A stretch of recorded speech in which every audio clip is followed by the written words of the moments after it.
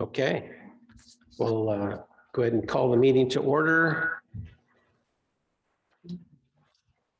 Okay. Hannah, would you mind taking?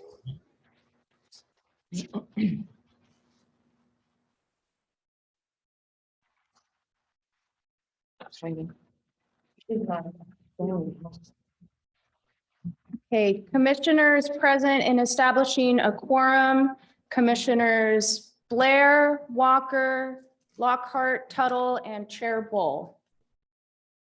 Thank you. First item would be public comments. And is there anybody in the waiting room that you can see, Hannah? All right. We'll get on to approval of minutes by the commissioners.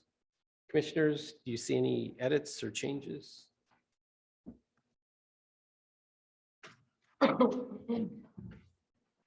I did not see anything earlier, so I'm gonna make a motion to move. I'm gonna move that we approve the minutes as submitted. Second.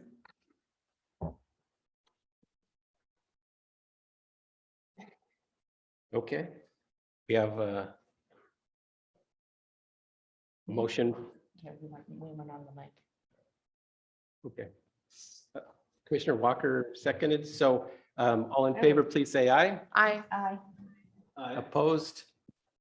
Motion passes. Okay. There used to be a limit to how many could be on, but it might be easier. Is red on or is green? Red You is have on. to click it to be You green click, yeah. and then wait for them to make you red. And here, Oh, once it's ready, okay. you can speak into the mic clearly. I know. Green is like go, but it's really not. It's wait a second and red is go. Oh, okay. So there All you right. go. Enunciate into the microphone, Mr. Walker. Enunciation, There you go. can that be heard? Yeah, Yes. okay, cool. Don't translate that into your driving. Into what? You're driving. Okay. The green is. We have Deborah Knight here with us this evening. Welcome. Thank you. And I do have a PowerPoint to share, so it looks like I can do that now.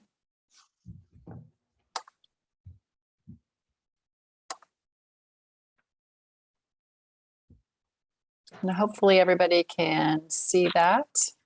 Yes. Great. Just want to make sure I can see all of you too.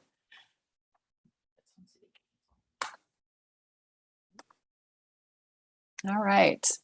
So the purpose of my presentation this evening is to give the Planning Commission members an update on the 2021 Economic Development Report.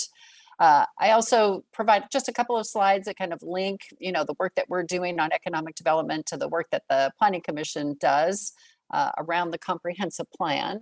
And then finally, at the end, I've got just some coming attractions to share with you too about the work that the Economic Development Advisory Board is currently doing. And you do have a couple of members from the Planning Commission that also serve on the Economic Development Advisory Board, and that's Commissioner Tuttle and Commissioner Nugent. So I will offer an opportunity too for either one of them. I don't see Commissioner Nugent here today, so Commissioner Tuttle, if you want to weigh in on any of these items as I'm speaking, feel free to add anything that you think I may have missed or overlooked. It's been about a month since I gave this presentation to the Planning Commission, and a month before that since we originally received the update from James Palmer, our economic development specialist. So just a brief kind of overview of the connection between planning and economic development, and kind of the main connection between these two items is really the economic development element of the comprehensive plan. And the work plan that the Economic Development Advisory Board is currently implementing actually came out of the 2015 comprehensive plan. And I have a slide later on that kind of, again, shows that connection between the work that we've been doing since 2015 and the work that we will be doing as we update the comprehensive plan for 2025. So basically that element in the comprehensive plan, provides an overview of the economy. It sets kind of the general policy direction for economic growth, kind of where the city wants to be focusing, and then identifies specific strategies and programs to improve the city's overall economy. And then finally, just as far as this update is concerned for the 2021 annual report, it's really an opportunity to understand our current economy and the direction that we're headed. Oh, hold on just a second.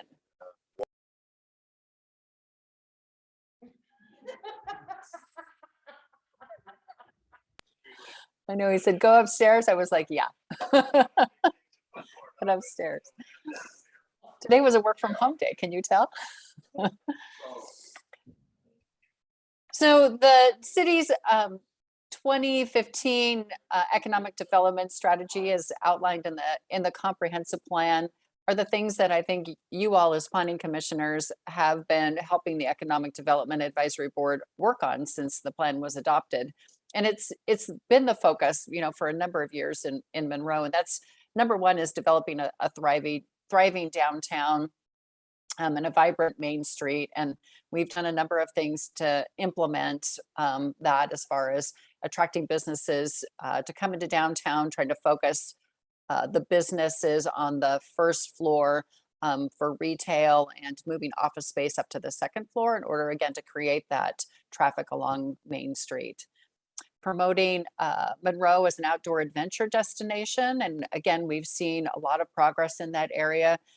We have a number of events and activities that take place in Monroe that attract sports enthusiasts, the Tri Monroe, the bikes, and everything else we do around tourism promotion and marketing.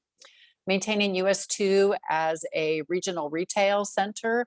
And we've been, again, focused on that as part of the effort to market and sell the North Kelsey properties, but also just in the work that we've been doing to ensure that the box retailers that we have continue to thrive in Monroe. As you'll see in the 2021 report, those retailers really helped maintain the city's sales tax revenue during the pandemic.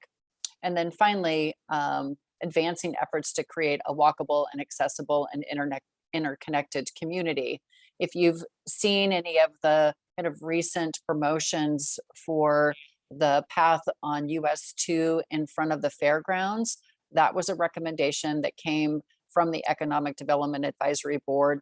And it was part of that effort, again, to kind of interconnect the community and create a more kind of pleasant entrance to Monroe if you're on US 2.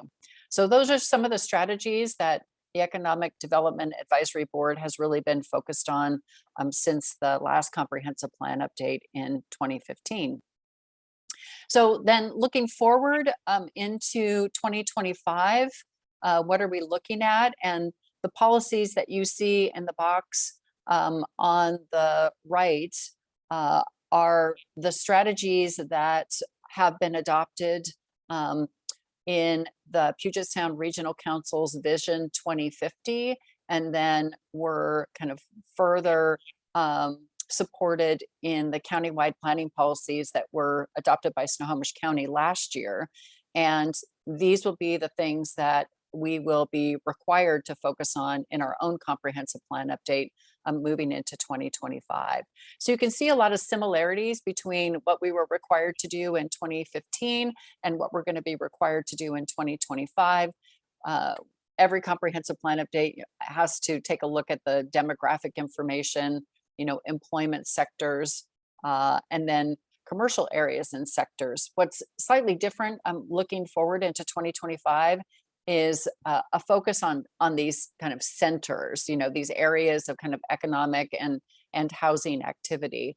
And in the upcoming comprehensive plan, we're going to be taking a look at identifying potential centers in our historic downtown in North Kelsey. We also have a requirement to connect housing and retail together. So you've seen this in some of the work that you've done as a planning commission with adding housing as an allowed use in the North Kelsey region. And then promoting employment growth in centers. And we do have an industrial area in Monroe, an industrial park, an office and industrial park. And so that, again, is going to be a focus moving forward. So the things that we are going to be required to do as to be consistent with the Puget Sound Regional Council's Vision 2015 is the list, the bulleted list kind of at the bottom there, which is expanding access to opportunities for everyone, preventing displacement of existing businesses that may result from redevelopment. So you can, think again about some of the businesses that we have downtown, particularly the Hispanic businesses. And if those businesses or others are leasing space as lease rates rise, we have seen displacement in the past. And one of the things that we're going to be required to do is to think about policies that would mitigate or prevent that displacement. And then support and empower contributions of diverse communities. So just a couple of things that the Planning Commission is going to be looking at and the Economic Development Advisory Board are going to be looking at as we update that economic development element to the comprehensive plan. So any questions on those before I move on and kind of go into what we've been looking at as far as the 2021 annual report? Thank you. My dog also has been quiet all day long. So Monroe does not do economic development in a background. There are a lot of partners that we work with in order to be successful in economic development. And this is just kind of the list from, the top of the pyramid, thinking about the biggest picture perspective. And that's the Washington State Department of Commerce. Again, did we have a question? I'm sorry. I'd like you to pause. I failed to call on Bridget. Oh, I'm sorry. That's okay. You should have known I would have a question. I wanted to ask, was there an EDAB and planning joint meeting recently, or do we have one scheduled? Because we had talked, you mentioned at the beginning that the EDAB and the Planning Commission is working together on certain things, and I always like to have some cross conversation. If I just can't remember if we had one recently. I don't think we've had one since I have been at the city of Monroe. So if that's something that the Planning Commission is interested in, I'd be happy to bring it back to the Economic Development Advisory Board and we can set a date. Well, I like joint meetings if there's ever a chance for everyone to get together. I don't know if the other planning commissioners are interested in meeting with the EDAB and going over goals, but that'd be one thing I would like to see. And then as we move forward, in the last comp plan, we focused a lot on developing hubs like a medical area hub and little retail hubs. They were nicknamed hubs when we went through that. And I would be interested in knowing as we go forward, was that 7 years ago, 5 years ago of the last update, but how that's developing and if those are useful. It's a useful direction to go for forming certain areas the way we want to form them. It seems like the medical area that we're hoping to develop has actually split up, and now the school district is in that area also. So I'm just curious if that's something that we've made progress on and that we should continue to kind of push for, or if we back off of some of that, trying to cause certain things to develop in a particular area. And we don't have to know that information right now. I just would like to know going forward what kinds of things have changed and shifted in those commercial areas based on what we thought we were hoping for 5, 6, 7 years ago, whenever the last comp plan update was. And then I do want to talk about the policy of developing a thriving downtown and what that actually means, and if that is something that the city really has control over, and then what kind of displacement mitigation policies do we actually have the ability to implement that can mitigate that. And that's all. Thank you.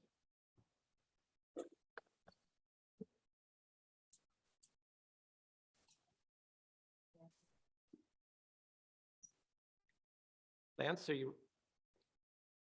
Yes. Just in answer to Commissioner Tuttle's comment about sort of looking at really what the success of the strategies and how economic development has progressed in the city since our last comp plan update. We do have part of the element with the consultants is to do some economic background and inventory, and they will be looking specifically at what the policies that we had in there and how do we measure success that we've had, and any changes in direction that we might want to look at. So we will be including that in the update process.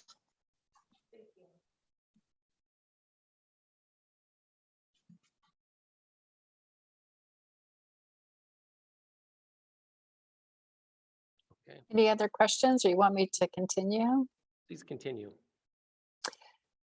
So this slide is intended just to give an indication of the other partners that we have in economic development.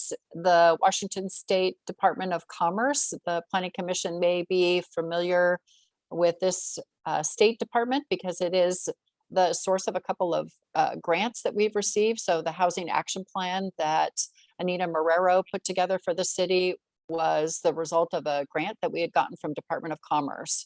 So they provide a lot of guidance. They're also kind of the oversight department for the comprehensive plan update.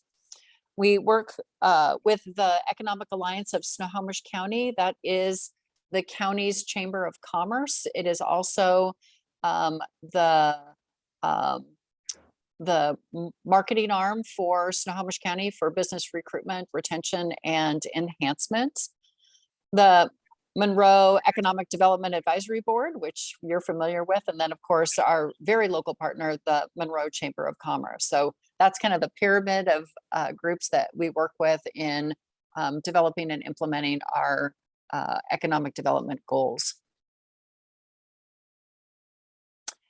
So just a brief overview of the members of our Economic Development Advisory Board. Again, you have a couple of members that have currently served, Commissioner Tuttle and Commissioner Nugent, and then Jake, I'm sorry, I'm forgetting your last name. It's so funny. Walker, thank you. Gosh, I don't know, I just had like a moment of brain freeze. Commissioner Walker was a former member too. So a great group of people. We meet twice a month and cover a range of different topics. We do try to have members on the board that are representative of the different kind of economic or business regions in the city, and also then come from kind of different backgrounds and experiences. We currently have one position that is open, and we're kind of actively recruiting to fill that. So if you do know anybody that you think might be a good fit for the Economic Development Advisory Board, you could let me or Lance Bailey know, and we will follow up and see if we can fill that 7th position that we've had open.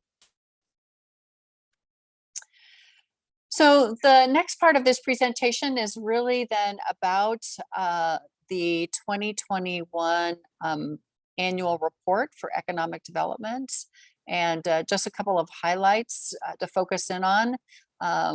One was that the number of business licenses with the Monroe endorsement continues to grow. Just to be clear about that, and there's a later slide too that talks about this more specifically. Even if a business isn't specifically located in Monroe, if they're doing business in Monroe, they have to get that state endorsement to operate in Monroe. We had a number of new housing starts in 2021. It's hard to remember, you know, that we were in the middle of the pandemic about this time last year.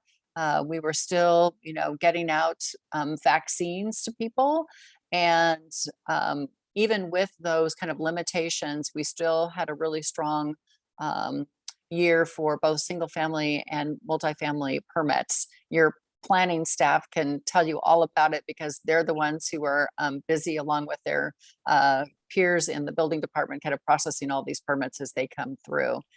It's hard again to, you know, think about where we were at a year ago, just because this year has again been so different, you know, with the rising costs of everything, inflation that we're dealing with, and then, the Fed's raising the interest rate and the potential impacts that that will have on the housing market specifically. So a lot of changes that we've gone through as far as economic development over the past 3 years.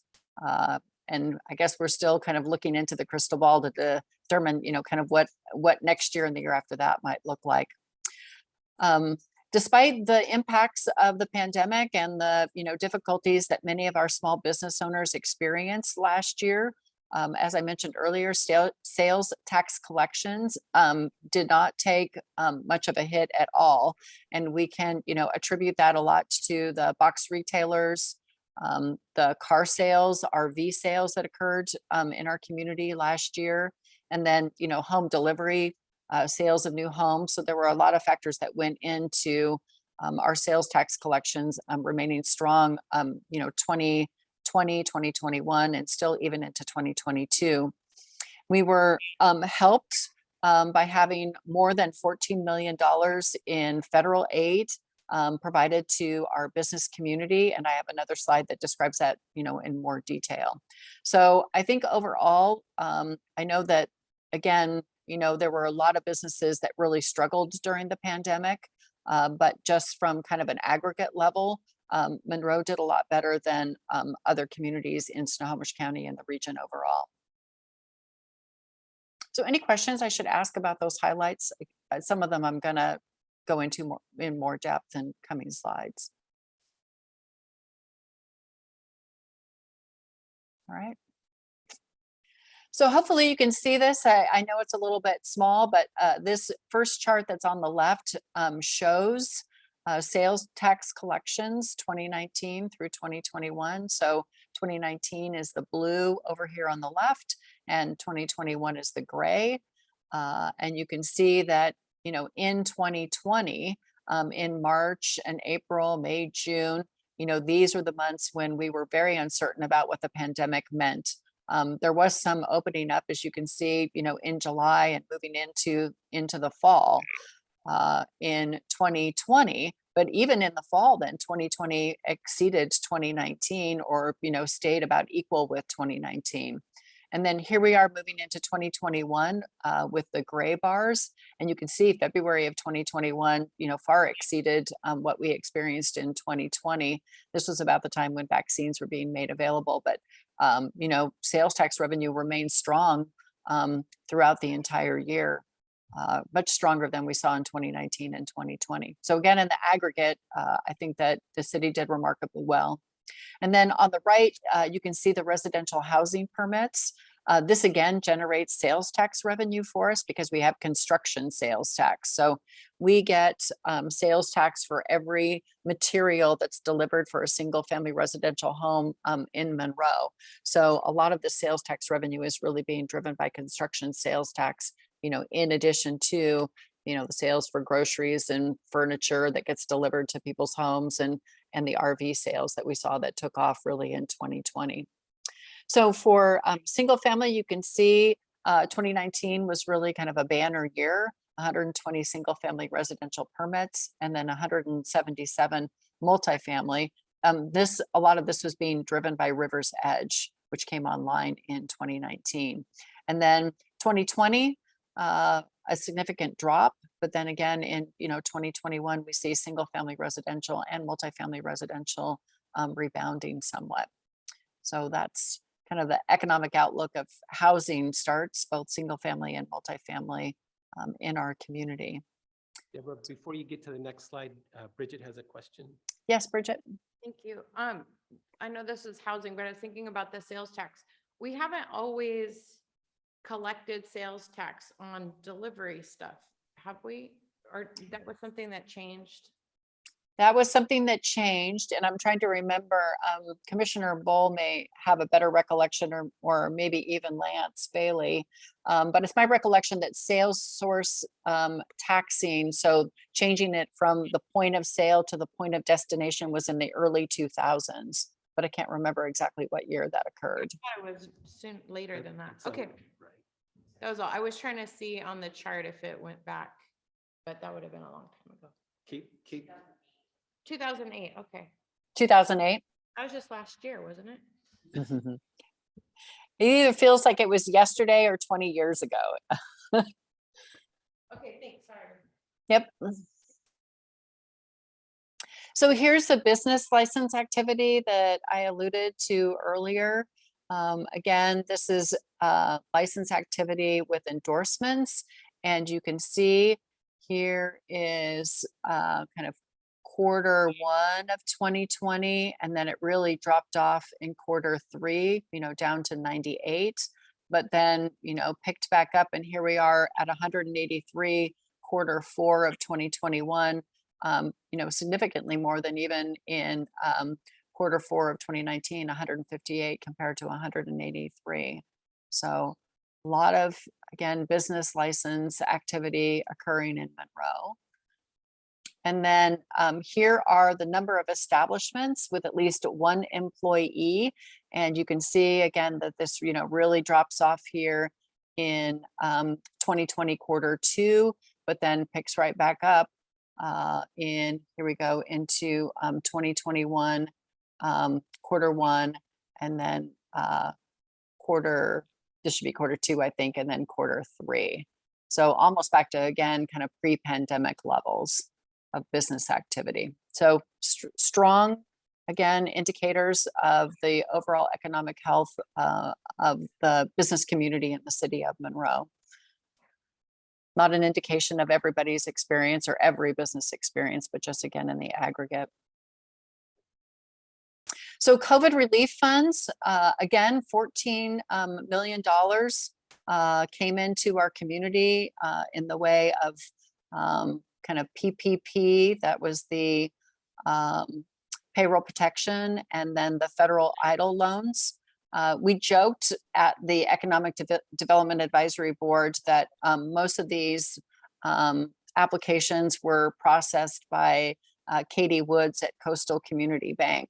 She really came through for a lot of our businesses, and I think did the majority of this business. She was one busy woman when these applications were being processed. A lot of individual banks businesses found that their banks just, simply ran out of money too quickly, and Coastal Community Bank really did a great job at helping our local businesses get these applications and get their funding. So a lot of money came in order to keep our business community afloat during kind of that difficult period between March of 2020 and into 2021.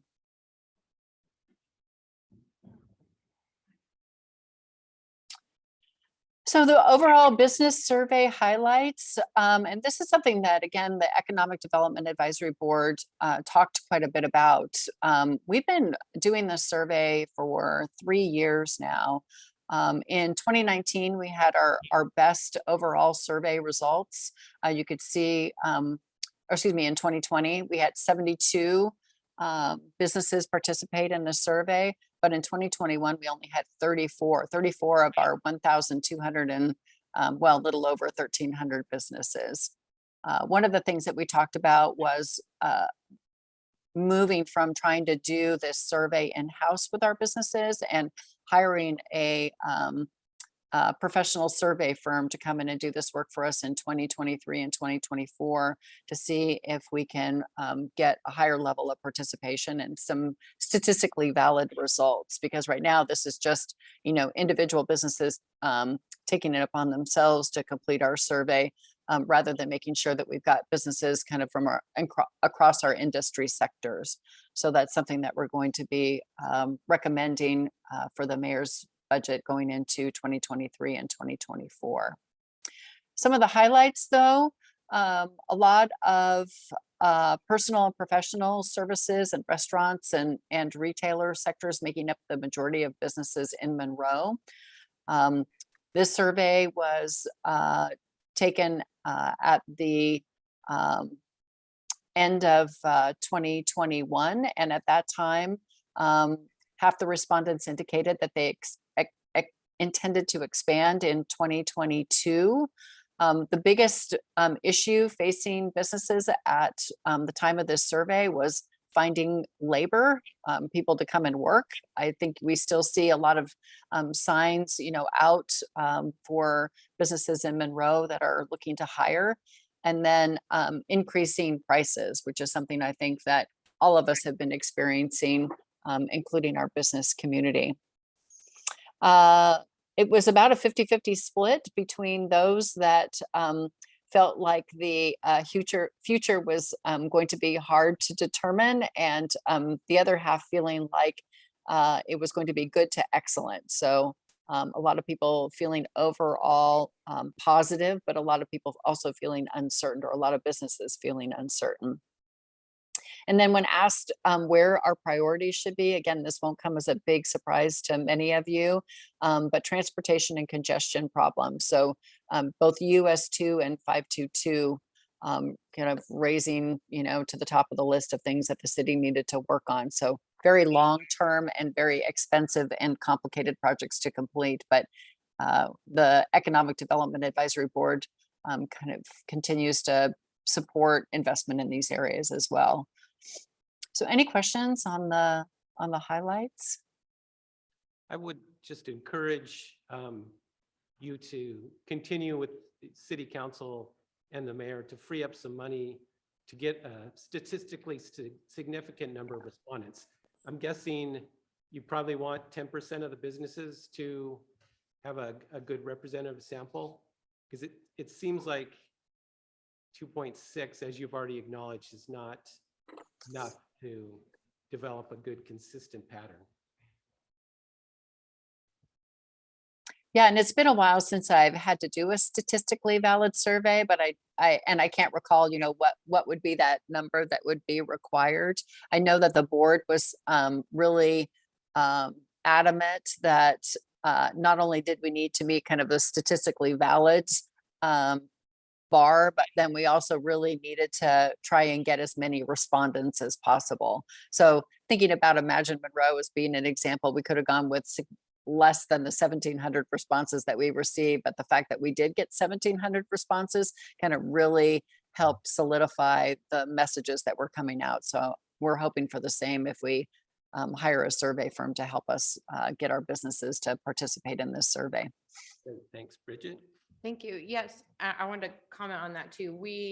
The first year in 2019, it was the EDAB members plus the city personally, like sharing the survey. I walked up and down Main Street and begged, can we do this right now? Can we do this? We had a pretty good, I didn't realize it was only 65 responses. I thought we were pretty excited about some of the people we got to participate.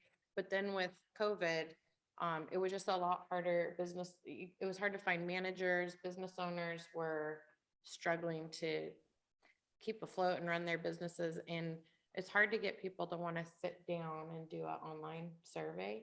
And so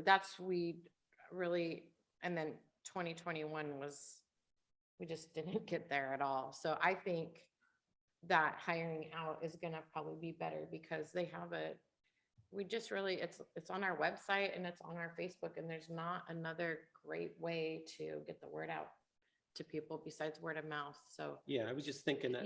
that we Like support something that. nice from the city that says, hey, we've hired X Yeah, public relations firm or survey firm. hopefully they're They'll gonna be have to hit the contacting ground. you, and we have 3 methods of response. Yeah, In person, over the phone, or online. What is your preference? Yep. And then, right. we Okay. totally support that, because it was a lot of, we worked really hard just to get 65 responses that first year. And Jake, were you there in 2019?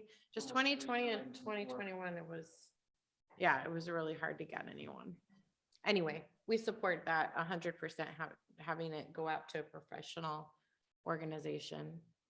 I think that was pretty much unanimous at the board anyway. Thank you. Yeah. I know you like Steph, so does Steph. So then kind of the preview of what's next.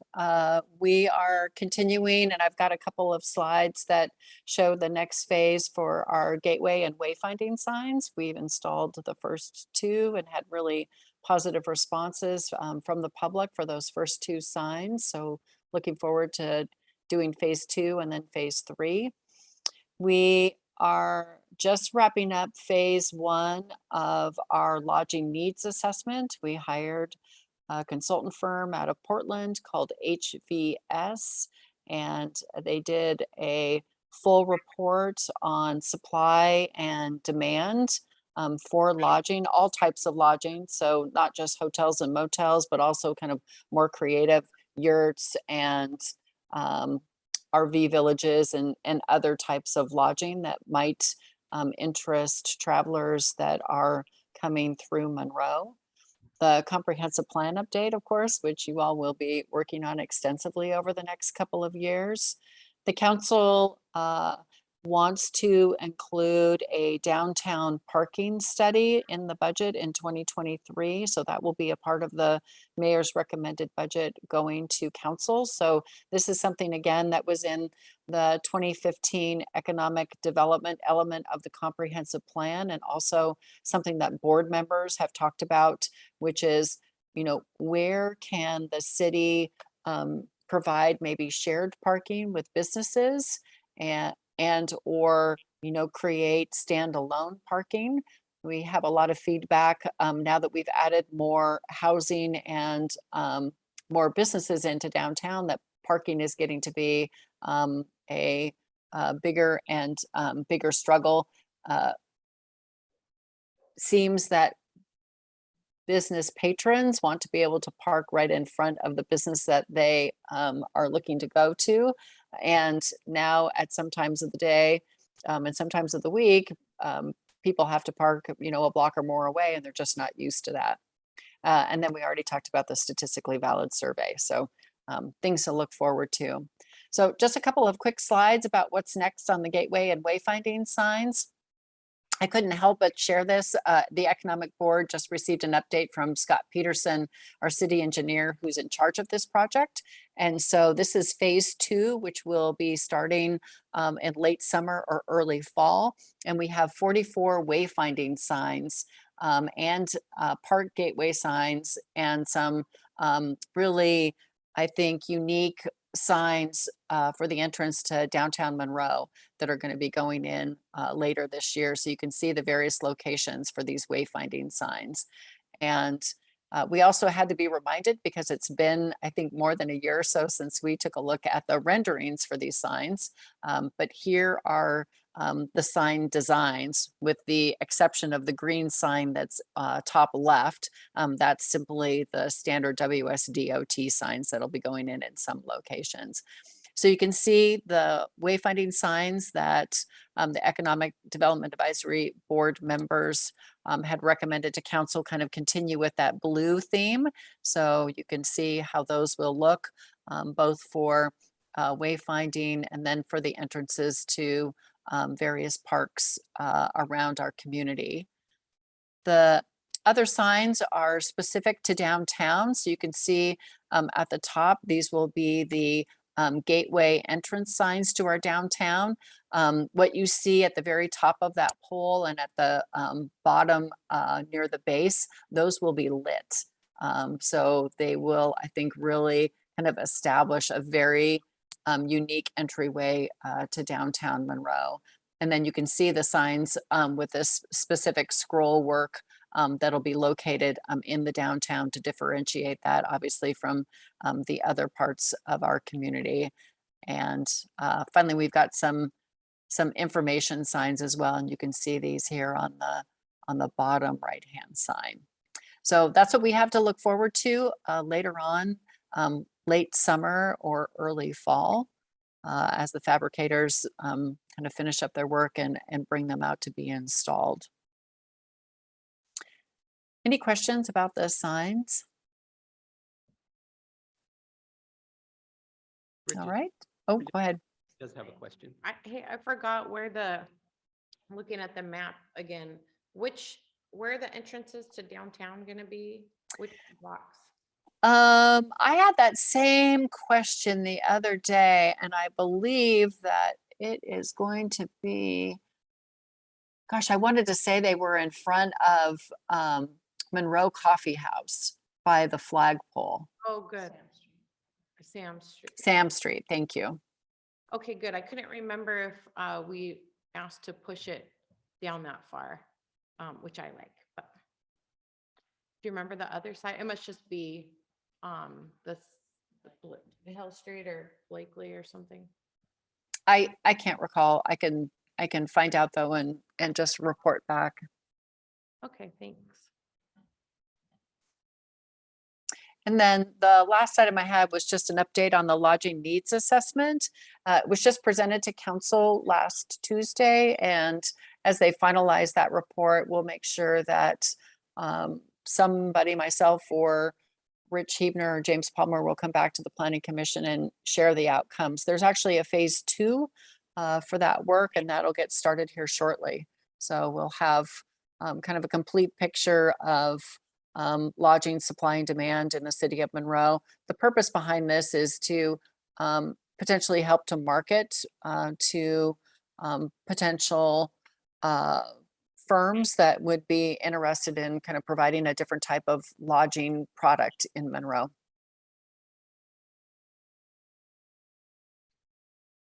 I have a question from Commissioner Blair. Hi, on this report, why would a weakness be the prison supports a substantial number of jobs? What does that mean? I think the one of the consultants with HVS is a Seattle native, and there is a perception when you say Monroe that people think prison.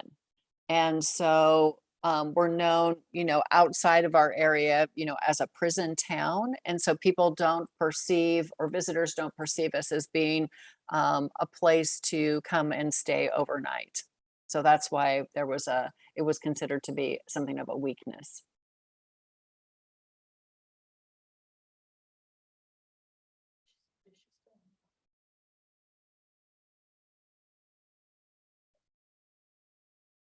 Any other questions? That is the last slide. I didn't even have a question slide. Has another question, yes. I wanted to comment to Commissioner Blair that in the conversation at EDAB, I think the sentence the way that bullet point is written just may not reflect necessarily what the conversation was, because I don't recall it really having to do with jobs. I thought it's more what you said about the perception of it being a prison town. It didn't really have to do with the number of jobs that were here. Yeah, that's a good point. We haven't provided that feedback directly to the consultants, but I think that is worth clarifying, because if Commissioner Blair had a question about what it meant, then it obviously didn't reflect what we had discussed. And they talked about, Commissioner Blair, also how Walla Walla,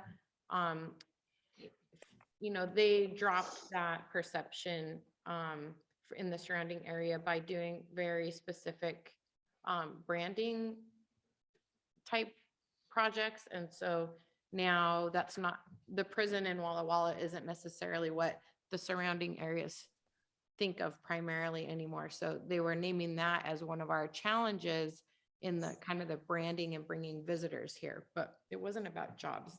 It is an odd way to say it. Commissioner Blair? Yeah, that would make sense about the, if you could give the feedback that them having the jobs in there doesn't relay the same information that that Deborah had told us. But I would also just caution that if that is truly a perception of a survey result, or if that is a perception based on from a Walla Walla experience or that person from Seattle's past experience, because that is not something that I ever actually hear from people. So it would be interesting if they're going to be putting it on a report that's going out.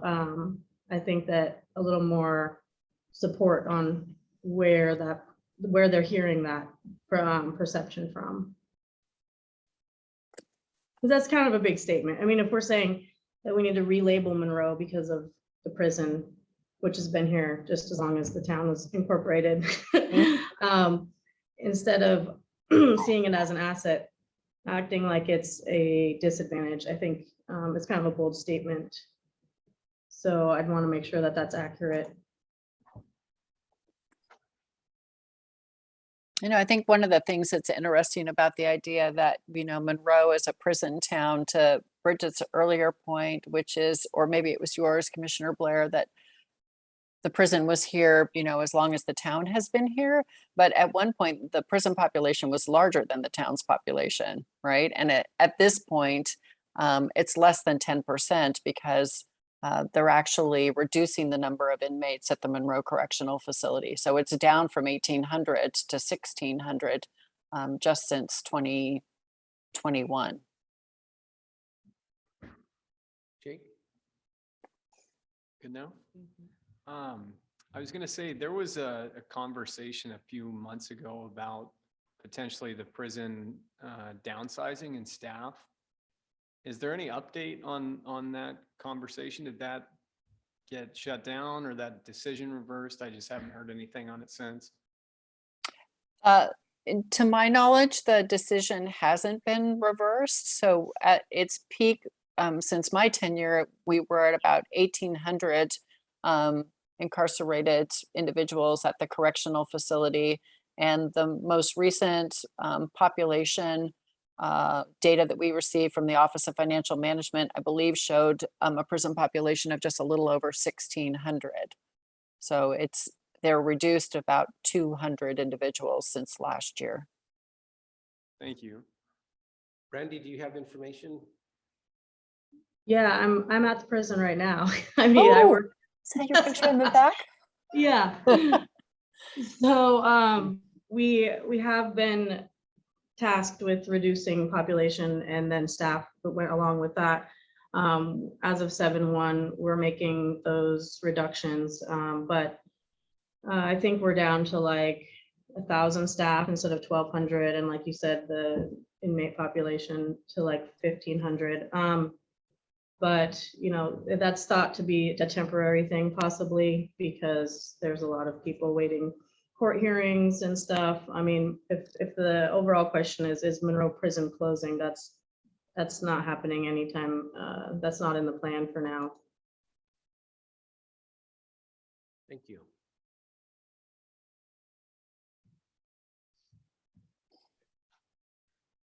Any other questions for Deborah before? Mr. Lockhart. Has there been any specific conversation on what could go into the Cadman mine site? No, that site is on the capital improvement plan to eventually be master planned. We're still in the process of transferring the site from Cadman to the city of Monroe. And we're closer to getting that accomplished than when I started 4 years ago. But it's been complicated, and it's taken a while to come up with an agreement between the parties to make that transfer. But I anticipate that that'll get done here maybe in the next 18 months or so. And then it's on the long-term strategic plan to master plan that entire site.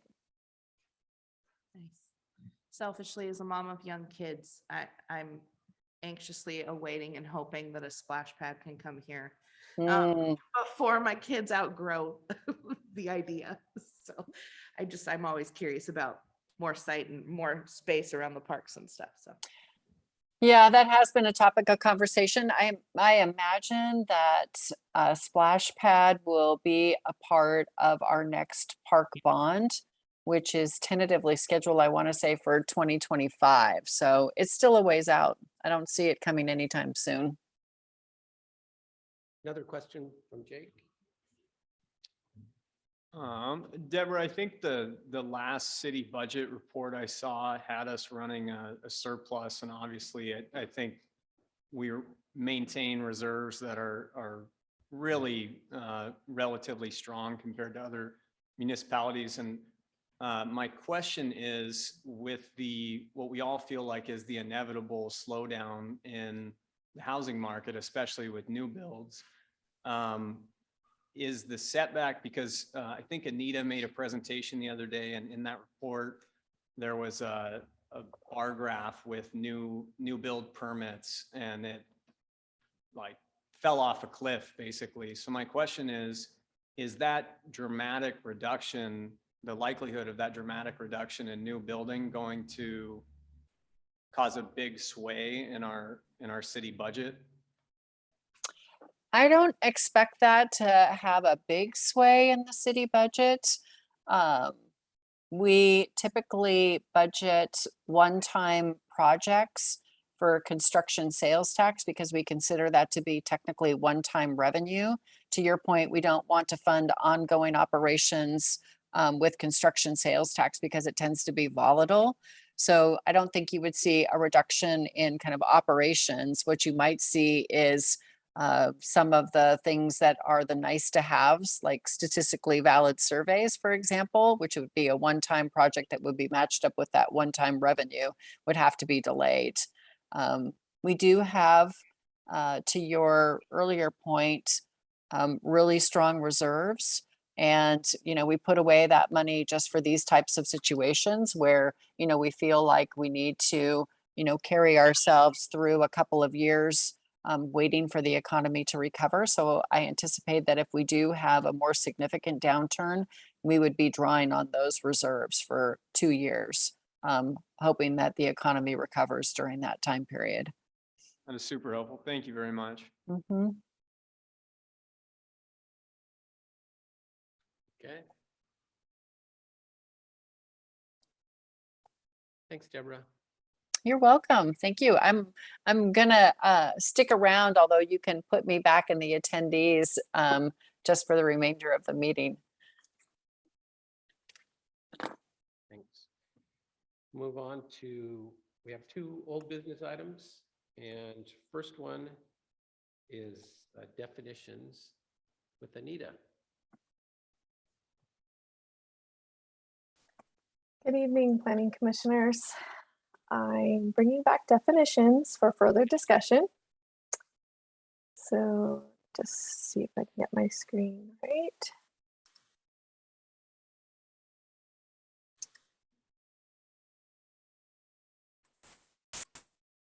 Okay, so I did want to share one thing on my screen that'll pull up in just a second. I don't have a PowerPoint presentation or anything for you tonight.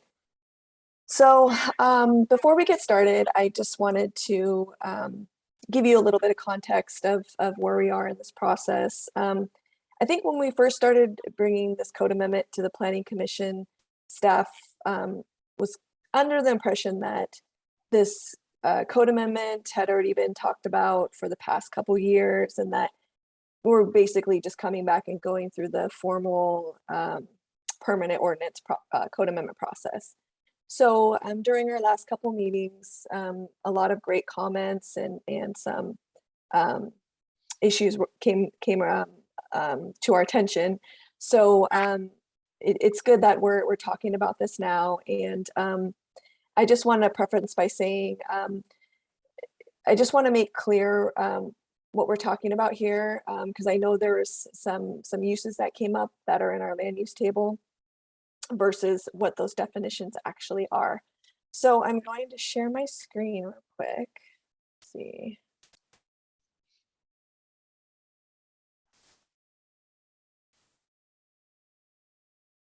Okay, so I think everyone can see my screen right here. So I'm just in the land use table under general commercial zoning districts. And the way that it's formatted now, this came as the process when we're working through the UDR. So before the code, the previous code didn't look anything like this. The land use tables kind of were all together. And so this way we separated them out into different zones. So this particular one that I pulled out is from our general commercial zoning districts. And so we have our main categories. So for instance, number 1 is residential land uses, number 2 is commercial land uses, and so on.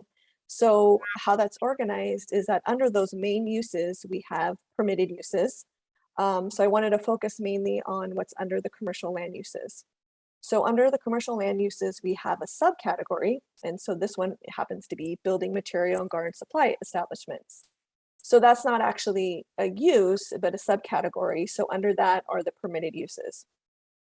So if we go down to food and beverage establishments, so there was a lot of discussion about why is bakeries in there, coffee shops and things like that. How come they're not all just under food and beverage establishments? So it's my understanding that this came at the direction of Planning Commission at the time. And then this is the way that staff drafted it. And then this is the way it was adopted. So to have those deeper conversations about changing some of the uses in here, that would be a longer process, and that's something that we definitely would like to look at in the future. So just to give you a perspective on how I'm looking at it as a planner. So if I have a customer come in or an application for a new business, let's just say they are like a spaghetti factory or something. So I'm going to this, and they want to be located in general commercial. So I go to the land use table and I say, oh, spaghetti factory, it's a restaurant. So I just go to restaurant, it's a permitted use. So there's no reason for me to have to go to definitions because I already know that's a restaurant. So that's good to go. So the purpose is just to let you know that first I'm looking at the land use table, and then the definitions are in the zoning code for clarifications and to further explain what some terms and words mean. So if a resident or a customer has questions about the code, they can go to the code section, go to the use and say, oh, I don't really understand this. And then they go to the definitions. So the problem that we would have is if, for example, we were talking about coffee shops. If we change that to cafes, then we would need to change that in every single land use table in the code that mentions coffee shops as a permitted use. So, and we're probably not going to just want to change coffee shops, right?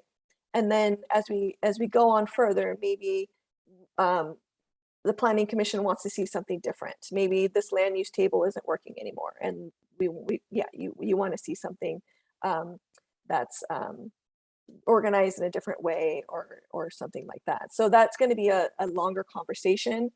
And so really I want to focus on the definition side of it, because we do have the deadline, which is in November, to do a permanent ordinance. And then we also can ask for an extension. So that's no problem.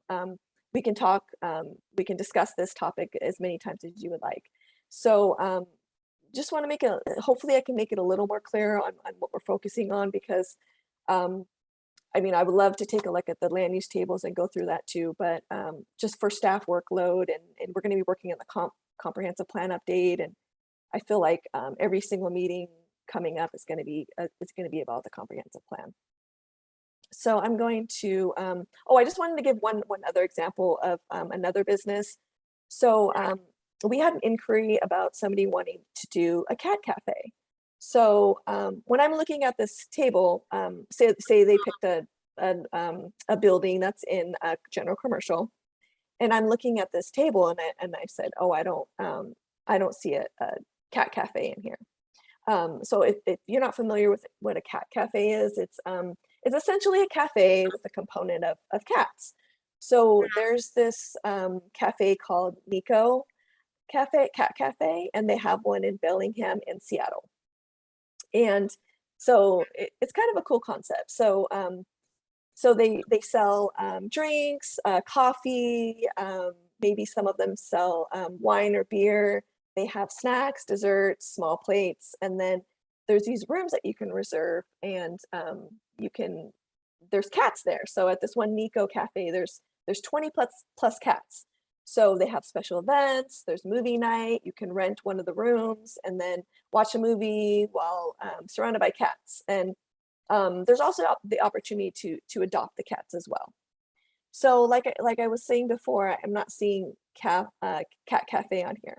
So, but there's a food component to it. I mean, technically, a coffee shop. So so just want to go back one quick second about coffee shop. So we were talking about how in the definition, it doesn't even mention coffee in the definition of coffee shop.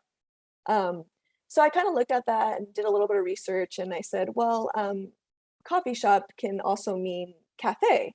And if you look at the dictionary definition of coffee shop, it does actually say a cafe serving coffee and light refreshments, or a small informal restaurant. So I could even categorize it under coffee shop, you know. So it's just to let you know that it's that type of use would be allowed under this land use table. So I just wanted to give you a quick example. So at our last meeting, I'm gonna stop sharing real quick. Bridget, did you have a question? Oh, yes, Anita, the only thing I would say to that is, yes. at the very beginning, you prefaced it, and we've worked together for a long time, but at the beginning, you prefaced it with, you know, we've been talking about this for a couple of years, but unfortunately for you and me, most of your department peers are new. We have a lot of new commissioners. I think only Jay has been here a couple years with me too. And so, the reason the planning commission, and so this is the balance that we're gonna have to strike. The reason the planning commission asked for more specificity back then was because it was way too open to interpretation. And also the planning staff was struggling to keep up with the workload, because Ben even said that, you know, they get a lot of phone calls and there aren't easy answers. They have to do a lot of interpretation, and it would be really helpful if things were had more continuity between staff members. So if Ben understood that the planning commission was looking for one thing, but Ben left, as ended up happening, now it's up to the new person to try to figure out what that planning commission intended and what the staff was trying to do when they're trying to put that together. So therein lies the problem. The pendulum has swung from being way too interpretive to now so specific that it might not meet the goal of being our different statements that are welcoming and thriving, and we want to support business, where now we have seen that we've been in the position to say no, no, no, because something's not specifically permitted. So I love that you would interpret that coffee shop as allowing a cat cafe, but I guess the question is, if you weren't here, would someone else interpret it the same way? It would be a kennel. By definition. That's By definition, yeah. So that's kind of where we're at. So okay. for me, I don't ever want to put more work on the staff. I know that the struggles that everybody's been going through for more, you know, staffing and workload has been an issue much longer than COVID was here. But at the same time, hopefully doing just a little deeper dive into things will make it easier in the long run. So without unraveling everything by the thread, is there some way where we can fulfill both goals, which is to make it specific enough so that it's not left to too much interpretation, but to leave it broad enough so that you can allow a kennel as a coffee shop? You know, that's my response to what you're asking. And then I'm also asking, is there a way that we can make it work on both sides? Because, you know, we don't want to overburden anybody, and we're going to be unraveling a lot of things in the plan process anyway. But I'm pretty sure the definitions came up in response to a problem with business owners, and us not being able to be open and welcoming to the new businesses that we want to see, the types of business that we want to see developing, specifically in the downtown, I think. So anyway, just, you know, how do we get in the middle of all of this and like get this done so that we don't have to keep talking about it, and we don't have to keep unraveling every definition, but maybe a coffee shop should mention coffee in the definition. I don't Kate, know. could you jump in for us? Yeah. Yeah, the challenge that Anita is, and I and the planning department are gonna have is we, as Anita started this evening, is we're talking about two things that my understanding is you never saw the full package of all the land uses and then the definitions that were being asked to be more specific. So I think at this point, we will do our best to define things, and this is your opportunity. And as Anita said, if we need to request an extension, we're trying to accomplish these definitions as quickly as possible, but if there are major red flags, let's deal with it today. With that being said, I am not going to open up the land use codes because, as you actually just said, they might be changing after we get through the comprehensive plan anyway. So let's live with that as is, except for downtown, because that's the next agenda item tonight. But maybe there's a way we can work on definitions to help us get through 2024 when we might have a better opportunity to look at the land use tables.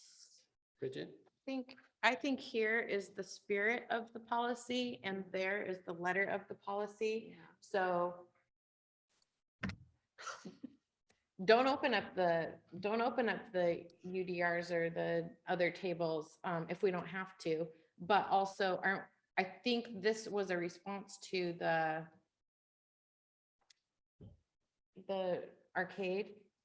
Yes. Well, Yeah. Actually, Kind of.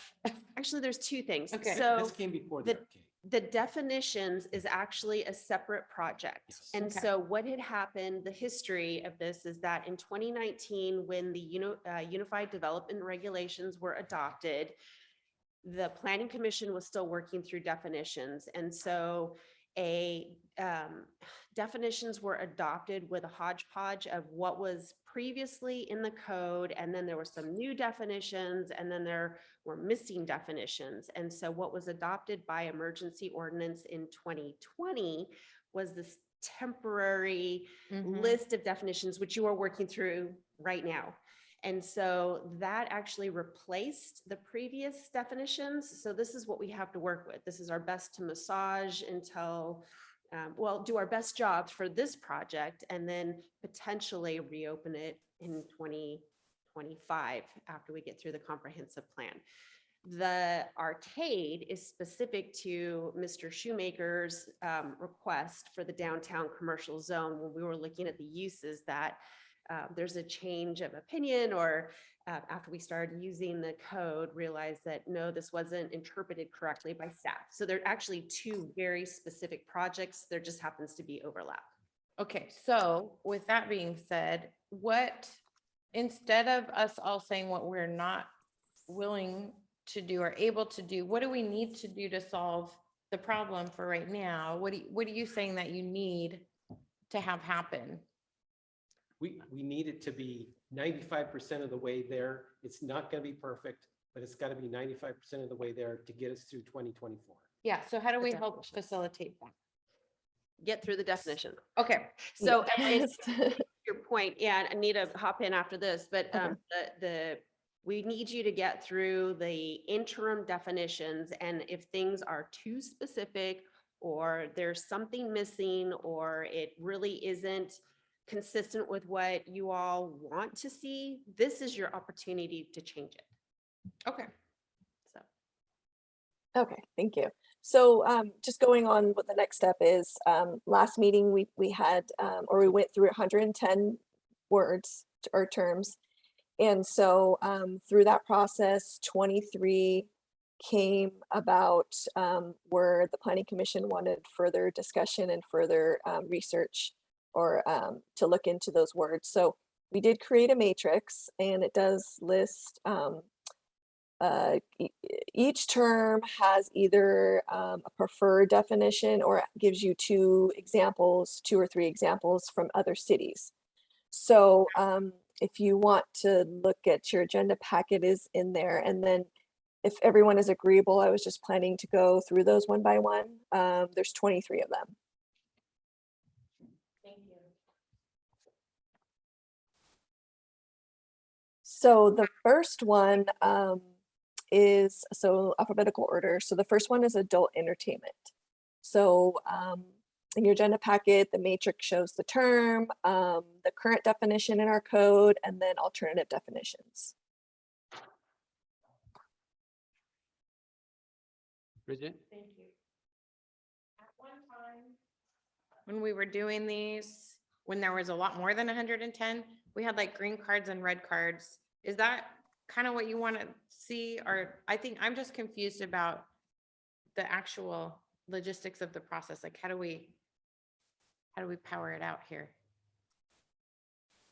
I mean, I kind of like how we went through it last meeting, how we went through each definition, and then there was a consensus or just what do you prefer? So like for the first one, there's two choices. So one from Edmonds or Wenatchee. Is there one that you prefer, or would you like us to continue looking for a different definition? Go ahead, Jake. Anita, I was just going to ask, with what you said when you first opened, were you kind of saying this is nowhere near as simple as it appeared the last time we looked at it, and that in fact some of these changes can cause a cascade effect that's going to mess with all of the city zoning? No, not for the process that we're doing now. If we're just looking at changing definitions, then we are good. It was just the fact that we were kind of going back to land uses, saying, well, why don't we change coffee shop to cafe? Because it doesn't really make sense if you're just calling it a coffee shop. So that was, so if we're just looking, I just wanted to put the focus on just the definitions, if that makes sense. Because this is what we need to do to get this ordinance moving forward. Okay.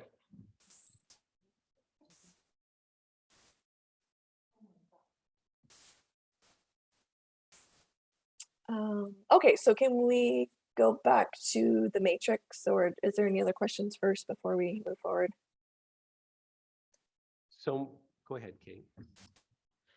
It might be, Anita, you might need to read the definitions. The text is pretty small and our commissioners might be struggling with reading what was in the packet.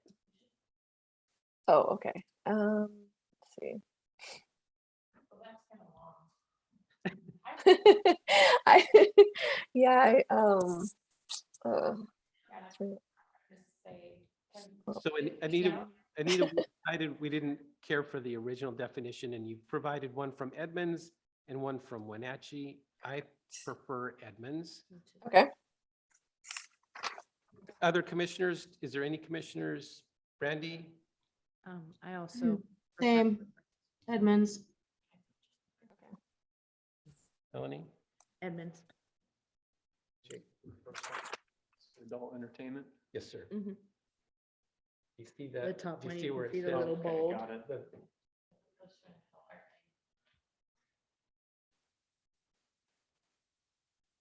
Yeah, Edmonds. Yeah, I'd go Edmonds. Okay.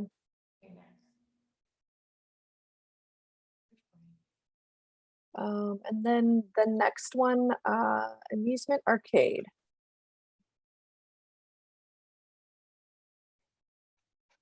And the preferred definition that we came up with is from Bothell. If that's not something that you were thinking, then we can also do some more research to see if there's a better definition. Yeah, I like all. Is there any, Anita, because there was, other discussion related to billiards and possibly axe throwing and that kind of thing. Mhm. Is there any room in this particular line item? Amusement arcade, no? Let's see. It actually in the definitions, it looks like it includes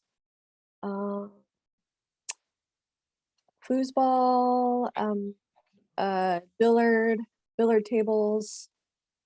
It includes a lot more options than just the like video games. Yeah. Includes but not limited to, and then in the club fitness, Jay, it says, fitness and recreational sports, so I think that would get your axe thrown. axe, yeah, yeah. In there.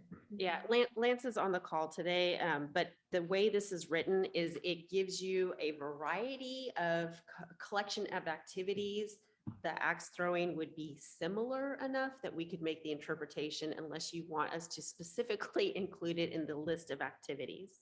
No, just whatever terminology you typically planners would use, not limited to, or whatever that language is that would not, define it so strictly, yeah. And then the wording at the end of Bothell's, it says not located within a billiard club. So is that because Bothell has a definition for that, and does Monroe? I don't recall that specifically being on our definition list. So Yeah, we don't have the definition of billiard club. I don't know if there just needs to be a tiny rewording with that, because it's saying not located within, like basically like Bothell has another definition that we don't have. So Okay, might be a tiny rewording there, so we're not referencing something that isn't defined somewhere already. Strike that Good language, point. okay. Good job. okay, perfect.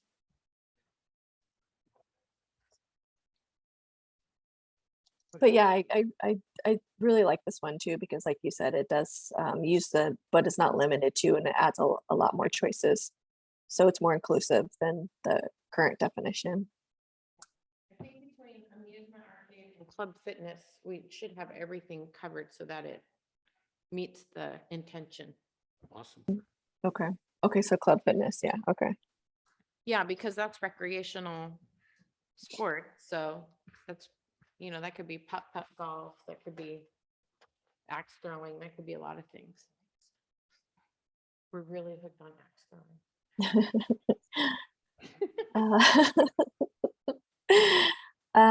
Okay, so so you wanted club fitness to be included with the amusement arcade? No, Oh, sorry. I just meant that between the two definitions, or between the two terms, we pretty much have everything covered. Oh, I see what you're saying. Okay, perfect. Okay, and then we have, I see your hand up. sorry. Did you call on me? Sorry, I couldn't hear you. I think you're right. I like everything you said about changes for the amusement arcade, but if we do the same thing with the fitness club, if it could say, like how amusement arcade says, a very clear statement at the beginning that says this is all for amusement. If the first statement of the fitness club is an establishment that has a fitness or recreational sport focus, period, and then you do something like it says, which could include such as weight training, because you are excluding a few things by accident, and especially because Monroe is trying to become a recreational place. There's things that we haven't even thought of that someone could come up with for that. So it just needs a small amount of changes like amusement arcade. Okay. Thank you. Thank you. Okay. No, I didn't. My mic was just, And then, okay, so before that was, so we have a new definition for bakery, or a proposed one from Sultan.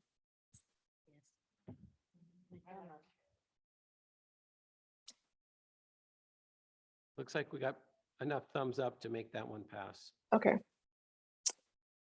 And then our favorite coffee shop. So yeah, we just pulled out a dictionary definition only because we're having our intern work on this as well, and he said that when he was researching other jurisdictions, and nobody really has a coffee shop. also including but not limited to coffee. Okay. Okay. Brandy?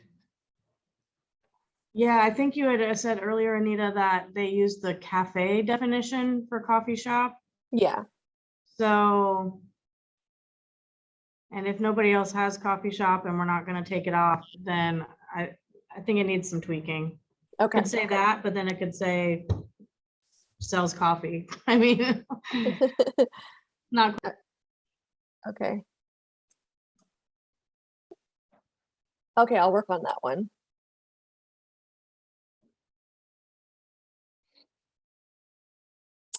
And then we have community center. We have an example from Everett.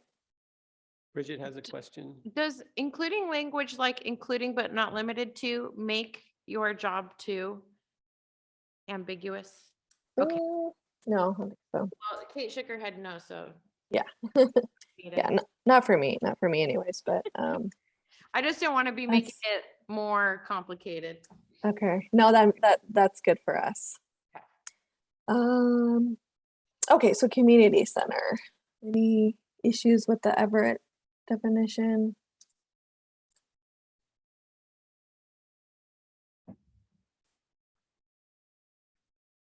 We have one thumb up.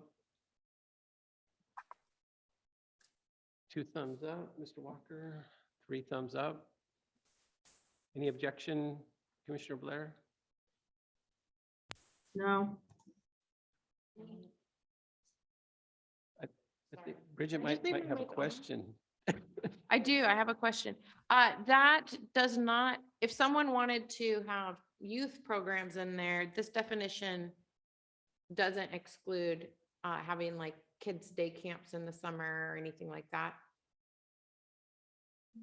Let's see. I'm thinking of the YMCA. So they're a nonprofit. Yes, but it doesn't, I just want to make sure it's not excluding any kind of youth. Yes, sorry. Another reading a little bit closer here.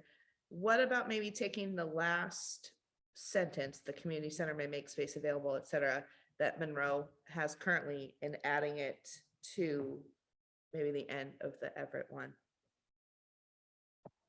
Oh, adding the community center may make space available and sticking it over on the Everett Yeah. definition. Okay, okay. And then I have another, it's another one of those ones where this says not included in the category of community center as a primary use are those businesses and occupations defined by this title as clinics, government administrative offices and uses. So again, is that adding some definitions that do or don't already exist in Monroe in that last sentence of the Everett one? Because it's saying occupations defined by this title as, and so I just, Okay, I see. Yeah, I see what you're saying. I mean, we have some of those uses just instead of churches, it's it's a different term. So I'll just make sure that whatever we use lines up to what we already have in our code. yeah, then maybe instead of saying occupations defined by this title, maybe just defined as. Mhm. I'm wondering Okay. why this title is referenced to some other definitions or something. Okay. Yeah, I'll work on that one then add the end of, okay, community center. Thank you. Yeah, I was just gonna say the youth question is definitely covered by cultural, educational, and Okay. recreational. It Thank doesn't you. need to be specific to youth, so. Excellent. Yeah. Randy? Two things. I think that Commissioner Lockhart was right on exactly. Take out the title reference and add that sentence from the community center of our current definition, and that has my full support. I don't feel like my video is working since I had to come and get put in as a panelist. So is that true? Are you guys not seeing me? We don't see you. We can't see you. Would it be okay? Should I just try to log out and come back in, or what do you guys want me to do? I like seeing you, but I don't, if you're not there, I mean, if we can hear you, that's good. Okay. All right. Now I'll just stay like this. All right, we're on Okay. to food establishments, are we? Anita? Craft manufacturing.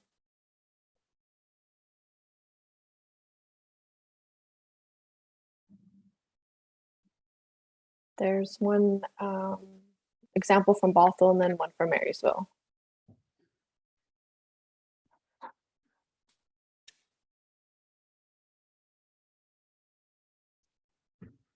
I think I liked the Marysville one better. Okay.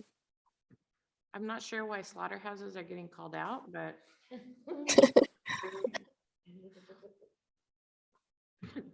Come do ceramics or. Okay. So should I I don't even think we allow slaughterhouses, so maybe I could just delete that. Yeah, that's fine. Okay.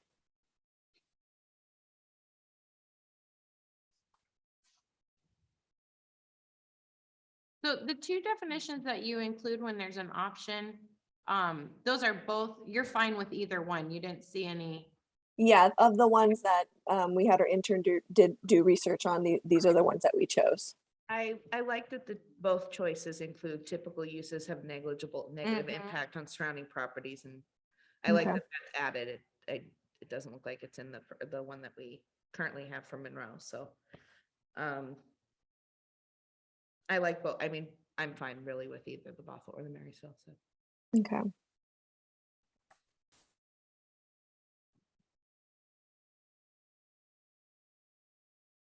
And if that was all for that one. The next one was death care services, and we have a few for that one.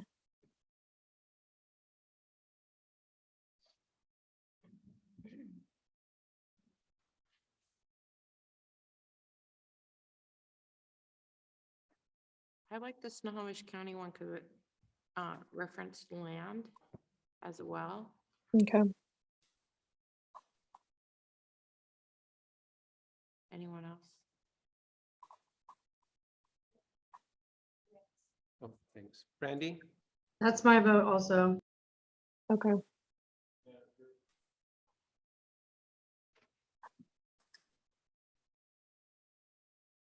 Melanie?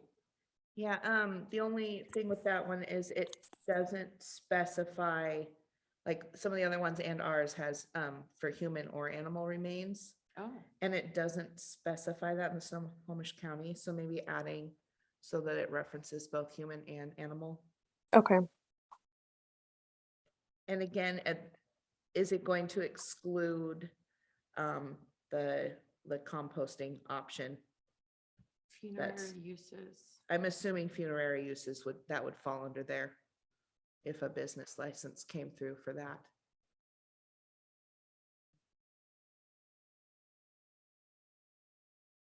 Okay, I see. Okay, I'll double check that one.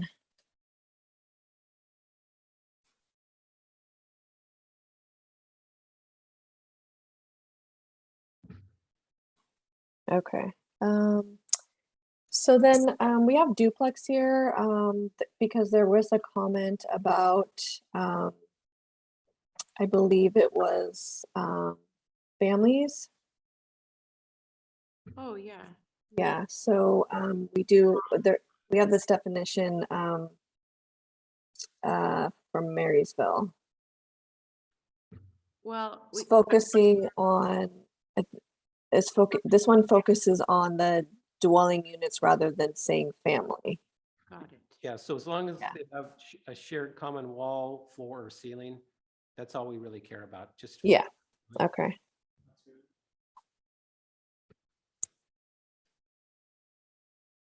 And then financial and insurance services, we have a Snohomish County definition. Jake, you had the question about that, so does it satisfy it? Jay had- And then, yeah, we had the discussion about if it included like life insurance, and we established that that would be under professional office for that type of use. But just want to know if this one sounds better to you. Yeah, that looks great. Okay.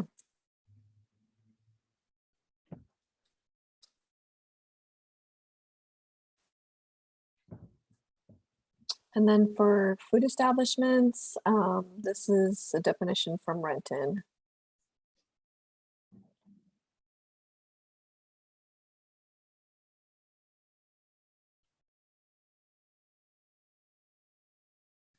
Which, yeah, I don't know if that will work because it says excludes taverns when taverns is under food and beverage establishment, so that probably wouldn't, Can it but be maybe, a retail establishment selling food and or drink for consumption on or off premise? Does it have to be more complicated than that?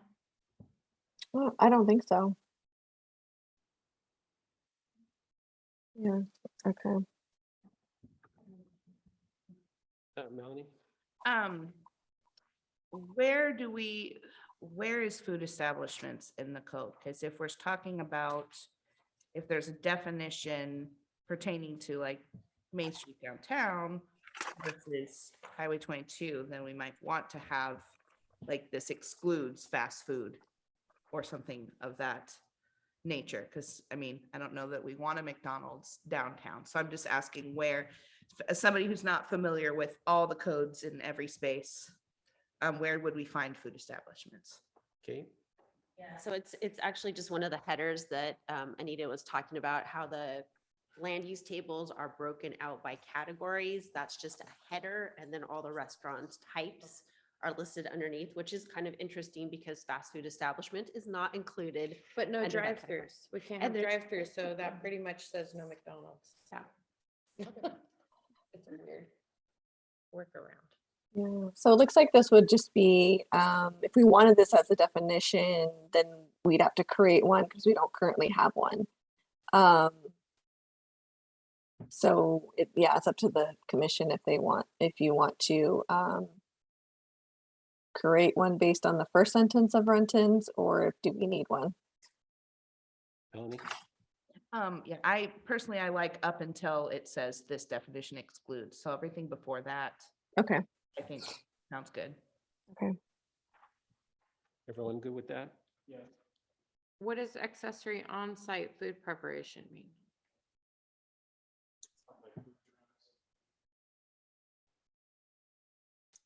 Well, I want to know that. I don't want to assume. might be, yeah, I feel like it may be a commissary kitchen, Okay. but yeah. So, Yeah, because that is another thing. We haven't had a place where just a commercial kitchen is allowed for like a community, or it's Mhm. not specifically called out. So I wanted to make sure that got in there. So if that means like a commercial kitchen, then yes, keep it Okay. on-site food preparation.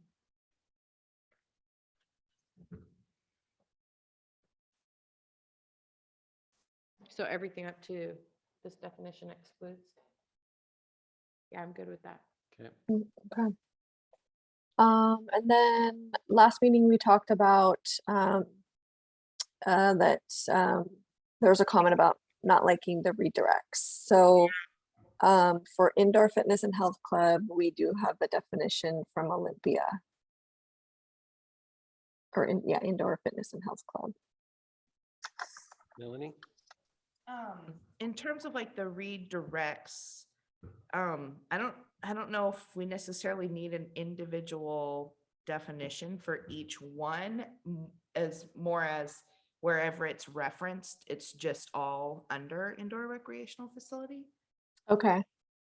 So like a So combined. Yes, I mean, that is going to require that the city would change wording in places. So anywhere it says indoor fitness and health club, it just needs to say indoor recreational facility. So all the places that had the redirect to indoor recreational, that wording just all universally needs to be indoor recreational facility. So then you have one definition. That was kind of my thought when we had that conversation, but I mean, I'm not opposed to unique definitions for each one. It just might get slightly redundant. What Okay. about fitness? Seems like they're all the same. Kate? So the challenge is we actually have different categories in the land use code. Okay. So I'm looking at general commercial right now. We've got fitness and health club center indoors, boutique gym, recreational facility indoor, recreational facility outdoor, sports and recreational instruction indoor. And so we actually still would need some kind of a definition if you don't want to redirect. Because again, this would be challenge, we want to fix the land use tables, but that's going to have to wait. Yeah. So can they all have the same definition? Because since they're all pretty much the same, except for the boutique is about size. Yeah, Anita, do you have any thoughts on that? I mean, we can. I'm just taking a quick look to see if the difference between the different Small cities. boutique, that was specifically created for a smaller space. Yes. No, So yeah. Was there, so looking at indoor fitness and health club and then the indoor recreation facility, yeah, we might have to just do the same definition at this point, but is there one that you liked better versus Olympia or Everett's? Oh, Everett's more of like, oh, I see what they're saying. Indoor recreational facility. I think I see where the distinction is. Yeah. To me, it doesn't matter That's- if it's a private owner or a not-for-profit. Okay. I don't really see why that would matter. Brandy?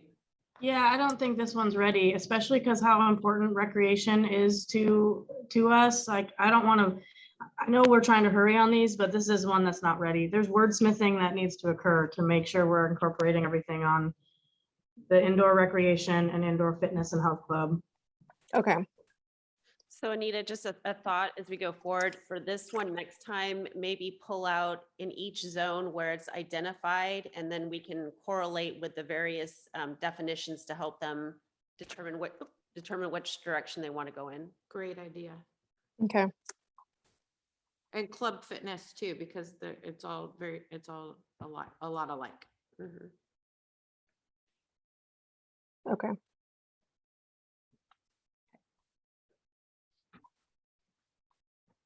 Okay, so work on that one or those terms. And then the next one is local correctional facility. We have examples from Everett, Redmond, and Thurston County. So the biggest difference, I would go with Thurston County myself, but the Everett one says public or private facility. I don't know if that is important when we start talking about the prison system. Are there private? Yeah, I don't know. I feel like that's more political.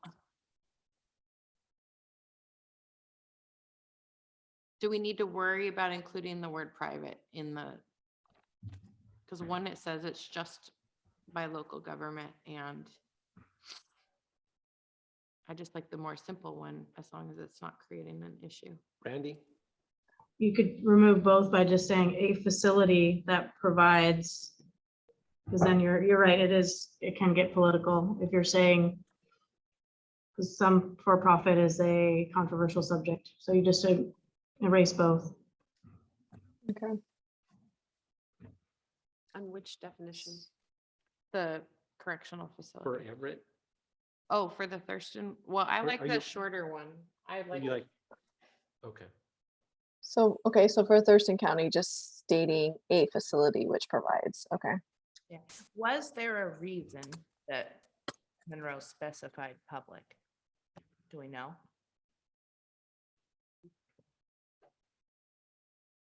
Probably not.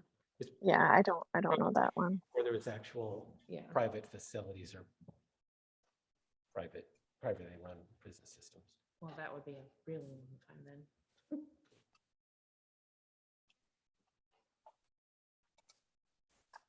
Okay, the next one is rental leasing services. Example we have is from Everett.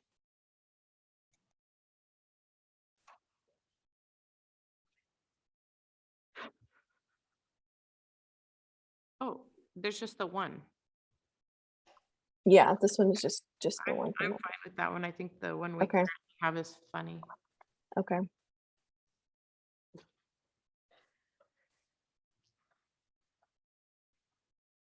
Were you here when we had to try to figure out what a fix-it shop was? Because that was in the code.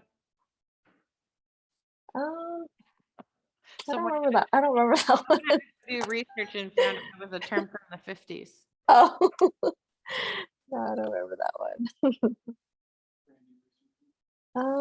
Okay, so we just have a couple left. Brandy, you want me to? I just Oh, wanted to, sorry. just to point out, just so we're clear, under our current definition, which is also incorporated into our use table, our current definition includes things of a much wider variety than construction type equipment, which is what that Everett definition does. In fact, I believe, in parentheses, it says equipment sales and rental. So There are things that are currently included in the Monroe rental and leasing services that would not be included in that Everett definition. That was gonna be my comment also, is to suggest taking out everything in the parentheses, because a service industry providing the rental of equipment of all kinds kind of incorporates, because we have people who do party goods, you know, tables, Yeah. tablecloths. I mean, you're excluding all of them from that, so and everything in parentheses is got capitals for some reason, so if we are keeping it, that needs to be edited. I think it was just to differentiate between like property rental and leasing. So this is leasing of good, like tangible items. Oh, it does say tangible in ours. Oh, yeah. Really Something like like the that. city or the current one. Yeah. I actually like the current one too. Because like Lance was saying, it kind of has the umbrella to catch those other goods besides just construction equipment. For our Okay. current one, why does it say, what does it mean where it says includes land uses specified in the NAICS? Assume that means like land venues or. Okay, So this is it's a very specific code, national, I can't remember the definition of it. We have it in the code. This is what Shanna was using to help you get very specific definitions. And so if you, we can come back with what this actually is referring to in this specific, gosh, I'm like blanking on words tonight. The NAICS will come back with what that includes. Mr. Google, Um, Miss Google, does it? yeah. It's, We're probably all looking it up. it's the North American Industry Classification System. So each land use has a different code. And so that's what she's referring to. So if you go into this manual, you'll be able to find the uses. And you can, yeah, it's accessible if you just Google it too. I'm not sure why it would be important, but that might be another one to kind of know like where that is occurring so that we know if maybe it is meant for machinery. Okay. So I'll just double check on that one because I can't exactly remember what the question from the commission was on that one. Maybe it was just for specification, but I'll double check that one. And then let's see. Oops. And then the next couple, sexually oriented business. Then we have one from Edmonds. Example. It's an adult motel.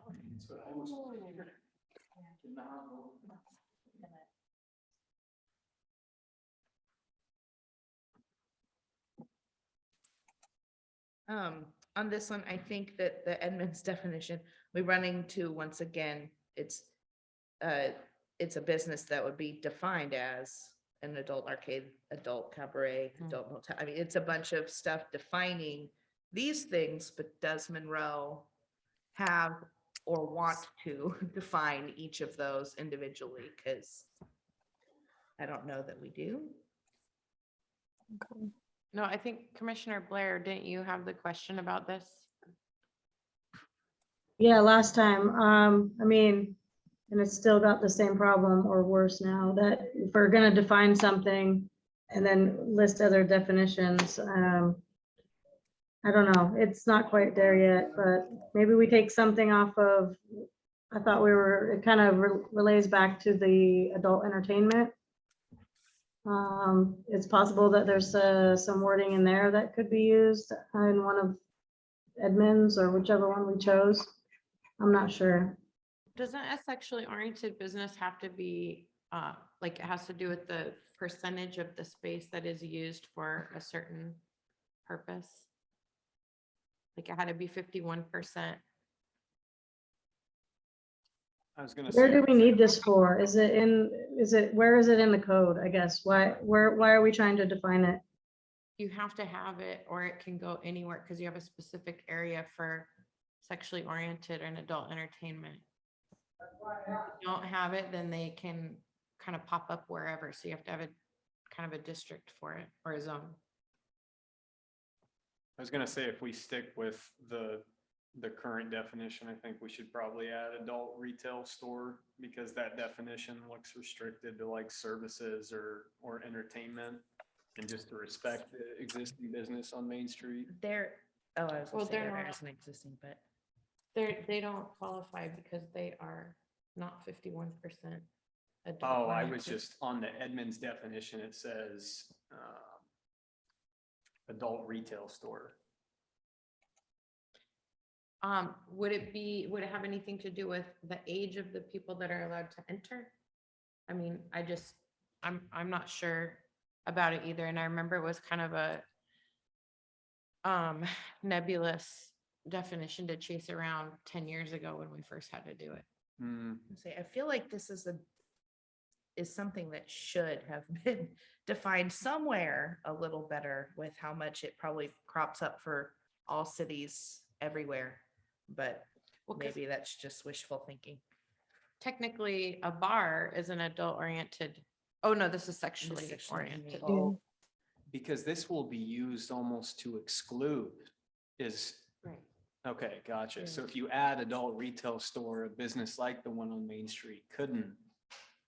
Well, there's sexual and there's adult. So Adult retail, yeah. making adult entertainment sexual, linked to sexually oriented businesses, then you are taking bars out of the. I see what you're saying. Okay. Okay, yeah, let me do a little more research on that one to see if I can come up with something better. Okay. And then maybe some history behind it. Yeah, I don't like Edmonds, so that one. Okay, yeah. And then so then we also were looking at small business because I believe there was a state, let me see this one. I think there was a comment about a size requirement for small business from the state. We had 50 or less, and the state defines it 500 or fewer. I don't think. Oh. Yeah. If you look at RCW 19.85.020, they still say 50. Who? RCW, the state They- Revenue Code of Washington.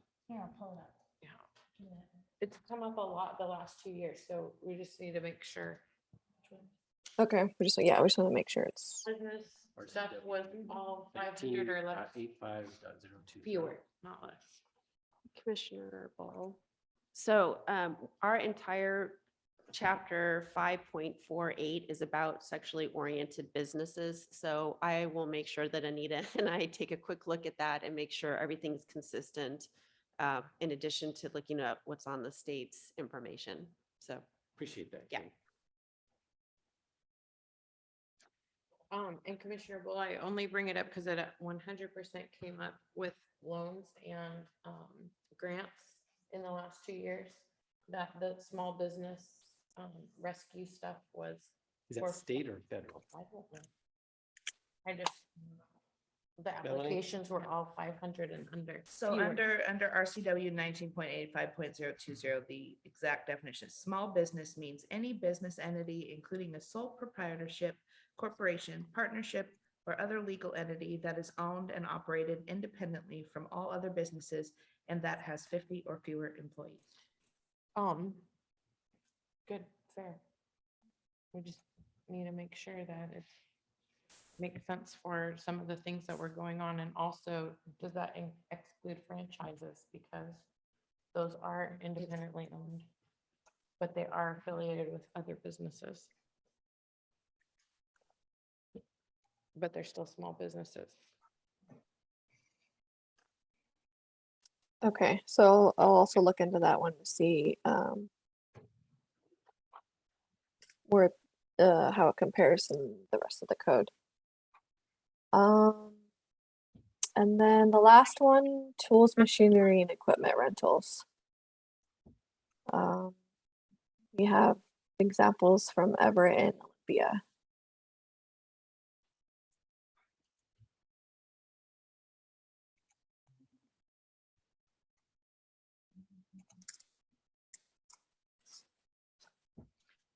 So would we possibly want to make this definition the same as that other one, since we're basically, the other one is going to include all of these things? This is also a separate use in our land use tables. So we probably still have to have two separate definitions.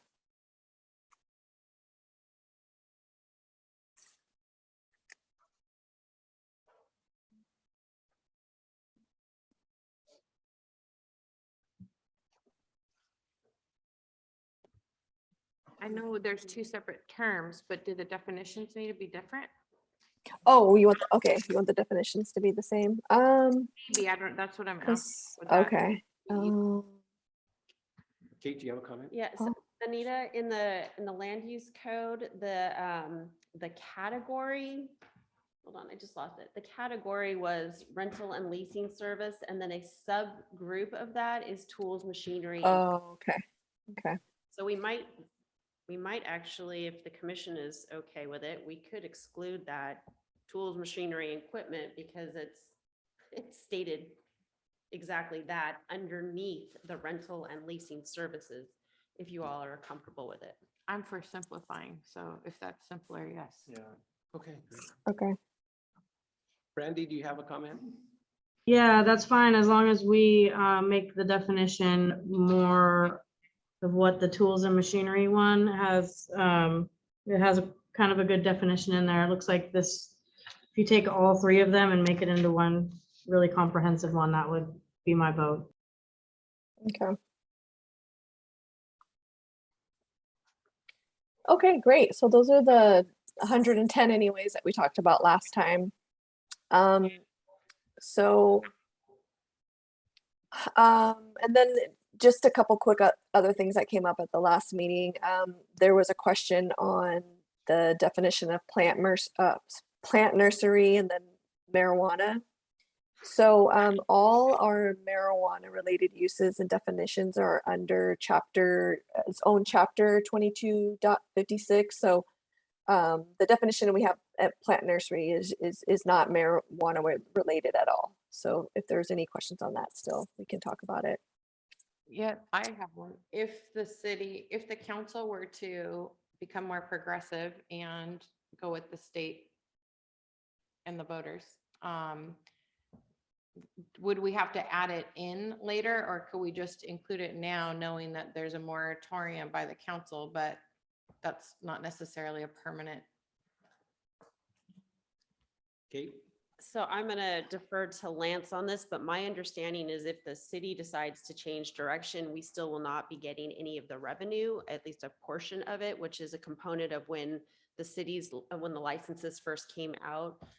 Lance, I don't know if you've got more experience with that, but that was my understanding. If the city changes direction, that's one thing, but just to let you know, we may not be able to get all of the revenue that comes along with it. Before Lance, you jump in, I just want to clarify. What I'm saying is if we allow a nursery in a certain area and something changes, would that nursery be allowed to grow marijuana as far as our?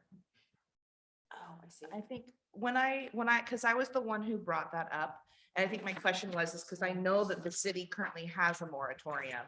And so I just wanted to make sure that it was clear in the city's moratorium, if that's the city's wish, that a nursery couldn't somehow supersede that. But if the language in the nursery one, if I remember, is pretty broad. So I'm assuming if the moratorium is lifted, that the way it is currently written, that it probably would not actually exclude marijuana, as long as they're going by all the state guidelines and everything like that. So I think if I remember correctly, as it was written, if the moratorium is gone, then it would take care of itself with the current language. I was just concerned with how the language was, as broad as it was. It didn't exclude marijuana in the nursery language. So I wanted to make sure that whatever else the city had in place, that there wasn't going to be a mix up where a nursery comes in and thinks, hey, I can maybe sell marijuana too, but then the city has a moratorium. So I just want to make sure the language all aligned. So that was kind of where my thought process was with that. And then along the same lines, where would like a retail facility fall into that definition? When you're talking about marijuana nursery, like Bridget is saying, if the city were to change directions, would a retail marijuana facility still be excluded by the definition? Is that That's what I'm Okay, asking. yeah, too. that's what Okay. I wonder about as well. Yeah, I used to work in Mukilteo and we did allow some marijuana related uses. So those are pretty specific when they're called out. So it's actually marijuana production, marijuana retail stores and things like that. So I don't think that plant nursery, if marijuana is allowed in the city, it would be allowed there. It'd have to be specific to marijuana.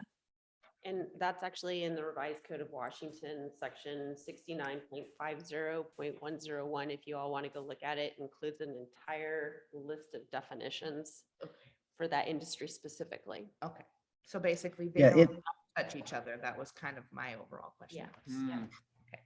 If the city were to change direction and were to allow the cannabis uses, then we would have to adopt a whole set of definitions. So we would have to come through and go through that process. So I think actually taking that out of the nursery piece doesn't, because that definition wouldn't cover the state use, because the state does issue licenses for those specific uses, and we would need to adopt those definitions using the terms that the state licensing does. Just one little thing on that though, is if the city had a moratorium on alcohol and you have a restaurant, I just want to make sure that if the city lifted the moratorium on alcohol, that restaurant could then sell alcohol or produce alcohol or whatever that looks like. So that's all I'm saying. I get it. There's the marijuana would be its own kind of a section, but just don't, I'm hoping to look into the future and not have problems 5 years down where we're doing this kind of a thing again. Extended. Yeah, you're gonna extend. Is it. it? Yeah, I mean, and all the marijuana uses are specific marijuana uses. They're not nurseries that are growing or selling plants for your garden and growing and selling marijuana products. So there's not a mix of those type of uses. They're very specific. Since we are at 8:58 PM, I vote that we extend the meeting beyond 9. Second, All in favor, please say aye. aye. Opposed? Motion passes. Thank you. Okay, and I just have a couple quick items so we can wrap this up. So I'm going to work on, I think there's some questions on the childcare definitions. I'm just going to go through those again, see if we can regroup some, make those more clear, and then bring that back for you. And then one last thing is, so a question for the Planning Commission is a lot of the definitions have the actual size square footage in the definitions. So for example, boutique gym, convenience store, department store, grocery store has the size limits in there in the definition. Would you like to keep that way, or would you like to see that as a footnote in the land use table instead of in the definition? Previously, the Sorry, go ahead. footnotes were this long. And Okay. so at that time, it was recommended by the staff that we put it in the definition. I'm gonna say whatever you guys think is best is fine with me, as long as we maintain the spirit, which was to keep ginormous operations out of little spaces. They can stay. It was just a question. Yeah, that's why it doesn't matter. But at that time, there was so many footnotes. You had to, do you remember? You had to go to the back and anyway. Yeah, there was a the thing. lot of footnotes, yeah. I think Shanna was hoping to just be able to find it where she wanted to find it, but whatever works, you guys have to implement it. We don't. Okay.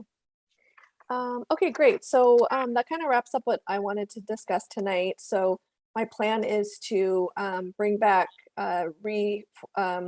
organized formatted definitions because like we talked about last time, we're going to be regrouping a lot of things.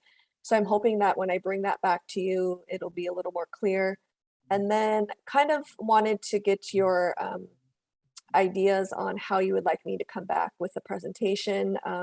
I remember back when Shanna was bringing the definitions to you, she would bring back, you know, like A's through B's or something like that. And one meeting and the next meeting she would take back C, D, whatever.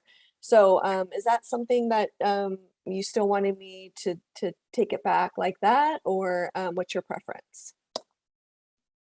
Aren't we trying to expedite this? Yeah. So just, Oh yeah, but I thought the last time we talked about, yeah, I just want to make sure that's how we want to proceed, because I think the last time there was a comment how maybe you wanted to go through all the definitions. So I Oh. just want to get clarification. if we could just tighten up, maybe. the- Okay, We had definite, you know, specific comments on. okay, and Visit those. okay. make Sure the definitions are acceptable, and then we can just bless it and move on. Okay, My only comment, my only addition to that would be that if there's anything that's been coming in phone calls or anything that's causing issues in the planning side where you guys want us to look at it, bring that too, but. okay, So the reason we're asking this question is when Anita brought the first package, it had that entire list of things that hadn't changed and the ones that had changed. And Commissioner Blair was asking about adoption, and that was actually very specific to the State Environmental Policy Act. And so that's why we're like, if we're running into these types of questions, we just want to be prepared on if we go just A through Z in that. So we're trying to expedite, but we want to make sure we're answering your questions and meeting the need. And so for that particular one, it's actually being eliminated because it's in the revised code of Washington and referenced in another part of the code. So we'll provide you with that type of information. But if it's a really long list, we don't want you here until 10 o'clock at night Well, you don't wanna- going A through Z. Yeah. We've done that before. Okay. yeah, that's, Okay. yeah. But if there's something, there's problem children in the code, then let us help. Okay. And like I said, hopefully by regrouping and bringing back kind of a clean copy for you at the next meeting, it'll go by faster and quicker, and I'll definitely point out all the changes that were made, so we don't have to go over them again. But Anita, at the next Mhm. meeting, could we look at the 10 that we've cleaned up and get everybody to give it? Oh yeah, yeah, yeah. I'll make sure that I highlight the changes that. Suppose Mhm. that 2 weeks after that, we look at, you just give us the entire list and Oh, okay, then we bless it. okay. You know, give everybody a chance. But we don't have to go through the entire. No, not go through the entire list, but, you know, Just the The- final package. we're gonna wanna look at whatever's gonna be given to the city council for approval. Mhm. It's Okay, entire package though. But we don't have to They're- go through it with you. We can look at it on our own. Yeah, Just making sure we yeah, understand. no, we're not gonna go line by line again. Okay. okay. Okay, so next meeting, I'm just bringing back the terms that we pulled out from looking at the 23 today, which ended up being, I think you said like 10. We're gonna hash those out, and then the next meeting after that is when I'm gonna bring it back with as an ordinance. Okay? Okay. Randy, is that okay with you? I'm still not sure about the stuff we had talked about, like that example of adoption and like all those SEPA words. I still thought you do have to bring us back something showing that stuff, right? Yes, that is correct. We've had Liam, our intern, has been reformatting. So all of those definitions that were associated. So I'll actually step one back. So for adoption, we can do a strike through to show that it's being removed and then insert the citation in the code and the RCW so you can understand why we're removing it.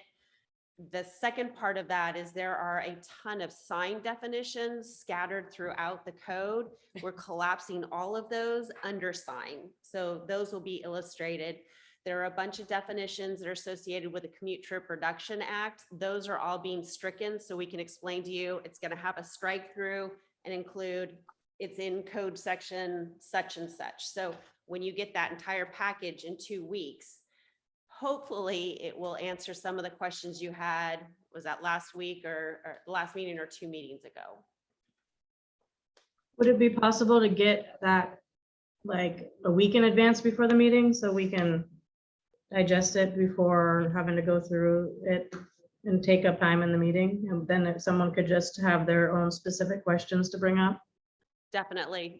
I think we were given the draft of his work yesterday, or no, today's Monday, on Friday. So Anita, Lance and I can go through that pretty quickly this week and get it to you hopefully by Friday.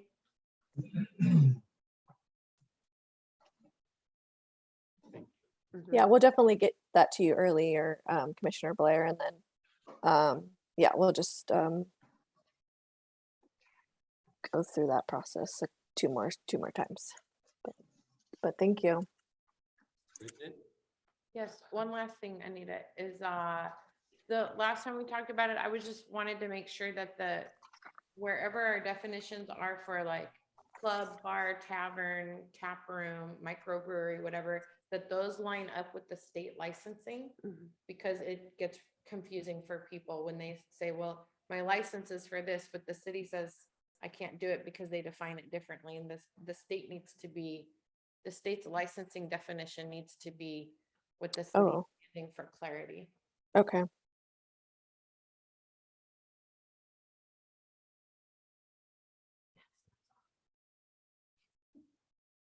Okay, thank you. Thank you.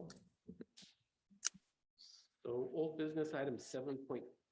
Kate, would you like to work on this evening or would defer it or? Actually, I would like to power through if you have the capacity. It's pretty straightforward this evening. Okay. Yes.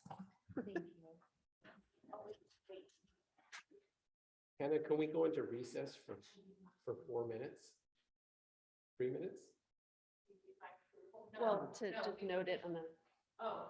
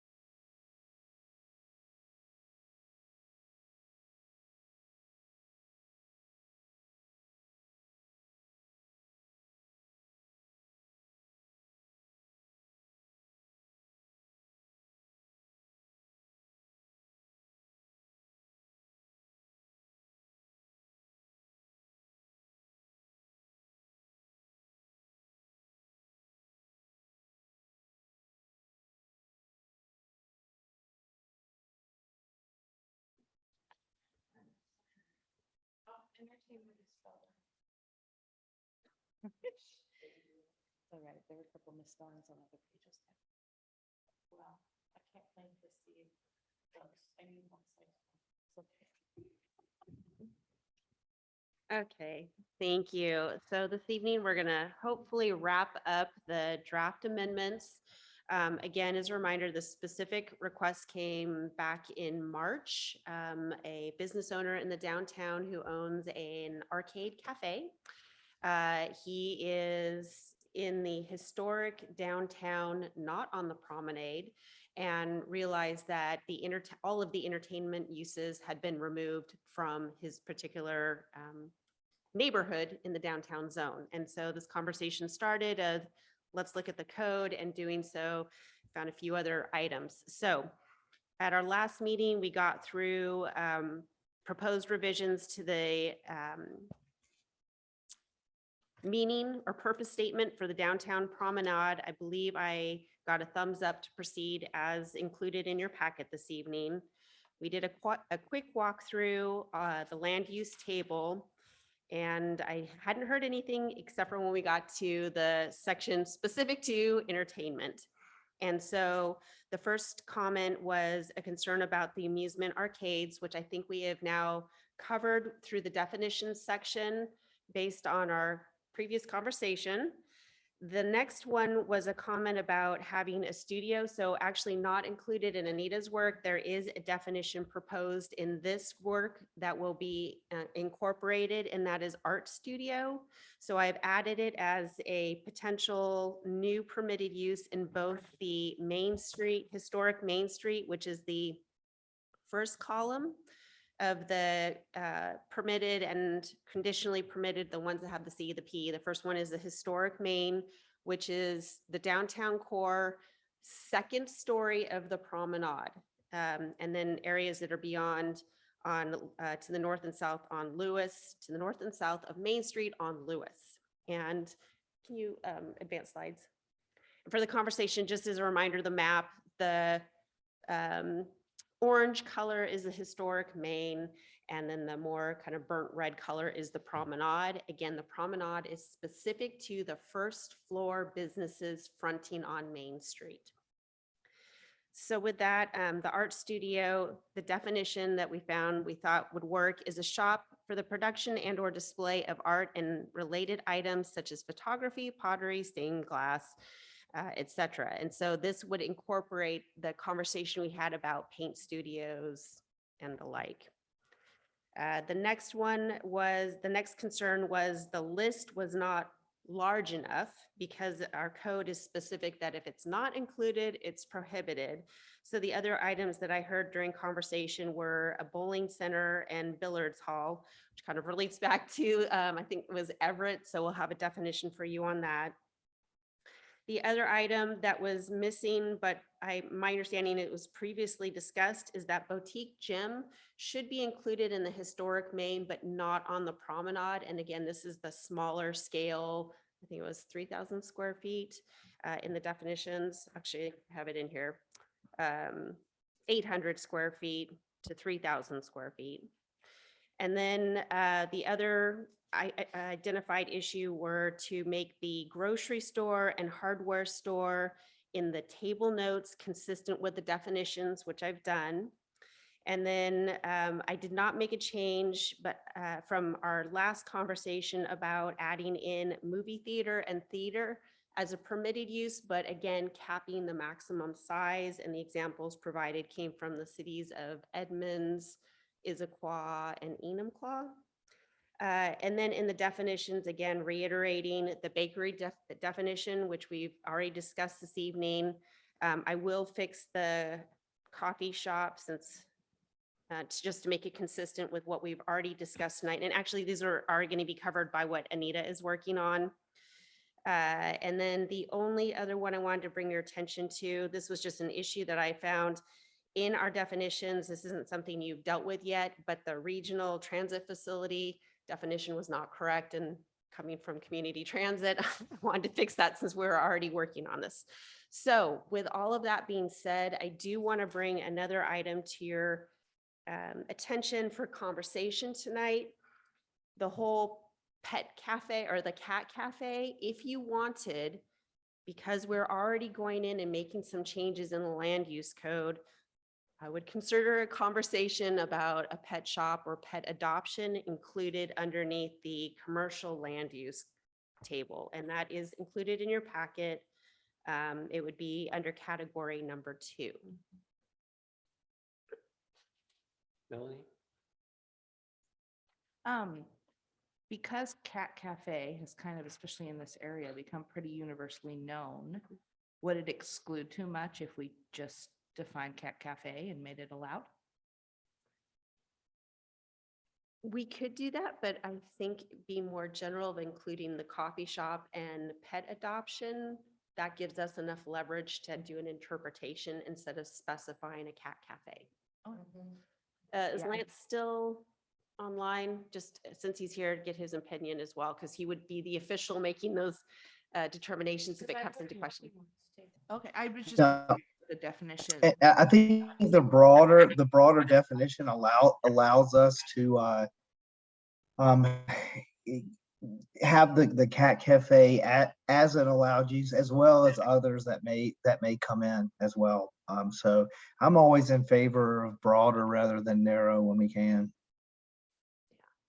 Lance, would you mind speaking to kind of the controversial nature of some like for-profit pet shops and how you could kind of, kind of segregate that definition out? From specifically for a pet store. Well, yeah, I was just thinking, Kate, do you want it that broad where a pet store could come in? Well, it was a suggestion, so you could have your cat cafe, because in the definition for a coffee shop, it's clearly specific to food restaurant. And we do not have any kind of a commercial pet retailer in our commercial land uses. So what, during the conversation you were having, my thought was we could look at a pet shop or a pet adoption center if you wanted to avoid the, I'm assuming you're worried about the puppy mills. Yeah, exactly. But is that the spirit of the promenade would be the traffic, daily trip? Those places, cat cafes are full all the time. Would generate foot traffic and downtown activity. Yeah, you're required to be run by profit. That's generally. Well, I'm not strictly worried about that. I was just, like you're worried about pet stores. Offering on the coffee. street, like literally just selling pets, and is that right? yeah. Like birds and. Well, I would just wanted to be sensitive that some Bird people, cafe. they're very concerned about puppies. Melanie? Take some wordsmithing. It's okay. Yeah, no, I get what you're saying too. And then, I mean, not to offend anybody who may be a fan of like spiders, but is the spirit of it like, do we want a tarantula cafe downtown? I mean, we have to ask the question. So do we want it broad enough to include something like that too? Or do we not? I mean, I do. If that's it's cool. That's fine. I have yeah. no problem with it being that broad. I'm just saying yeah, as long as we're looking at, if it's gonna The big bring picture. people downtown for walkability, that is the goal for the. So it sounds like. I don't know what I did. everybody's Okay with it? So my only clarifying question is, do you want me to put something in there about run by a not-for-profit, or I don't know. Does I that think address that would the strongly concern or just- restrict it. Yeah, I don't think that's necessary. I just wanted to make sure. Seattle's got one, Bellingham's got one, so I'm curious what the language is, maybe if they have a definition in their cities that would Okay. encompass this. Sure. I don't know if all of the cat cafes are run by nonprofit. If that's standard, then maybe it would be worth it to put it in there. I don't know if we want to necessarily limit it that much, but But I don't want a PetSmart to put a coffee shop in and then call it a yeah, pet exactly. cafe. So that's where I was. Yeah, Mm. so it might be that most are run by, I mean, I don't know if most are or aren't run by nonprofits. So. Have you had an inquiry or no? No, that's I just, it's because staff was having a conversation of Yeah. We're trying to get the definitions hammered out while at the same time, if it's so specific, are we allowed to merge other permitted uses? And my interpretation has always been if you've got a permitted use that's a pet shop and you have a permitted use that's a cafe, you can blend them together. I did have a friend reach out to me about a year ago, I want to say, and say, do you know if Monroe allows pet cafes? Because I know someone who wants to start one. So I don't know if it's related to that, but it sounds, because it was, I think, in the Main Street area. There's a gal who, I can't remember exactly what space it was in, but it might have been on one of the moms groups or something locally that a gal did inquire, at least on social media, asking questions about people if they'd be interested. So I Well, Beck's imagine. Place wants to do one too. There's that. Hmm. Okay. So I didn't want to limit it to foster. nonprofit or not-for-profit. I just wanted to, That's a good point. Hannah needs her mic on. I just wanted to clarify, it was before you started, Kate, but we did have an inquiry recently about a cat cafe.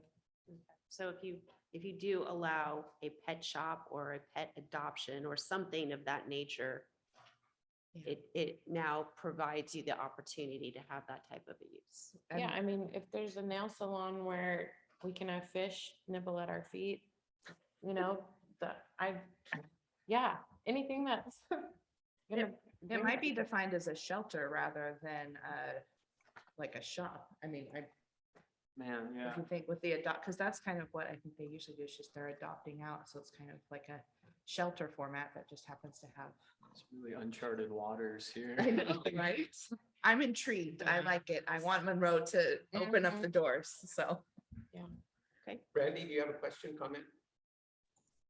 Comment. Yeah, I think we're all on the right track as far as like checking to see what other places have, how they define it. And we have to remember that this is a perfect example of if you go too narrow and we just say, yeah, let's do the cat cafe. The cat cafe wasn't even a thing a couple years ago. So there's going to be some new thing that's not even a thing now. So making it a little bit more flexible that keeps it open to whatever this newest next thing's going to be, I think is better for the longevity and what we're supposed to be looking forward for.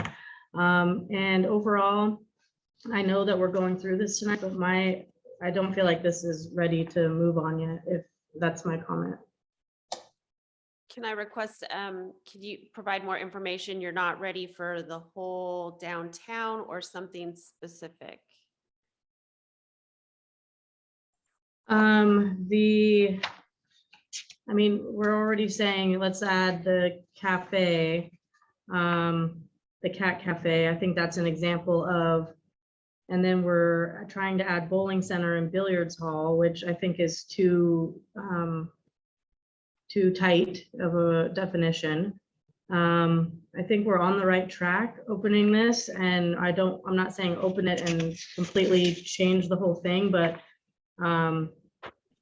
the goal of the downtown having the walkability and all this stuff has been on the plan for a long time, and it hasn't quite gotten there yet. And this has a lot to do with allowing or bringing in more of the types of businesses that we want. It's an important step, and I want to just give it another, I think there's more input that needs to go on this before we adopt it and send it on to the council. Okay, I need guidance then. I guess. Yeah, so I we're need trying some to get- assistance. Brandy, we're trying to get this wrapped up before the end of the summer. Melanie, do you have? My secondary question is, because obviously this has been now even just tonight given to us in 2 doses here. And then we have this underlying situation going on where we have an existing business owner who is waiting. Yeah. And so I'm wondering, I like the work that we're doing, and obviously this is all important work, and a lot of it has a deadline. I mean, without an extension of November, technically we could extend it if we needed to. We can try not to. Definitions. But to pull, is there a way for us to streamline and pull out and or fast track the one that we know we want to move forward with as it pertains to an issue that we have already with existing business owner? So that, I mean, These two are two separate items. Yeah. right.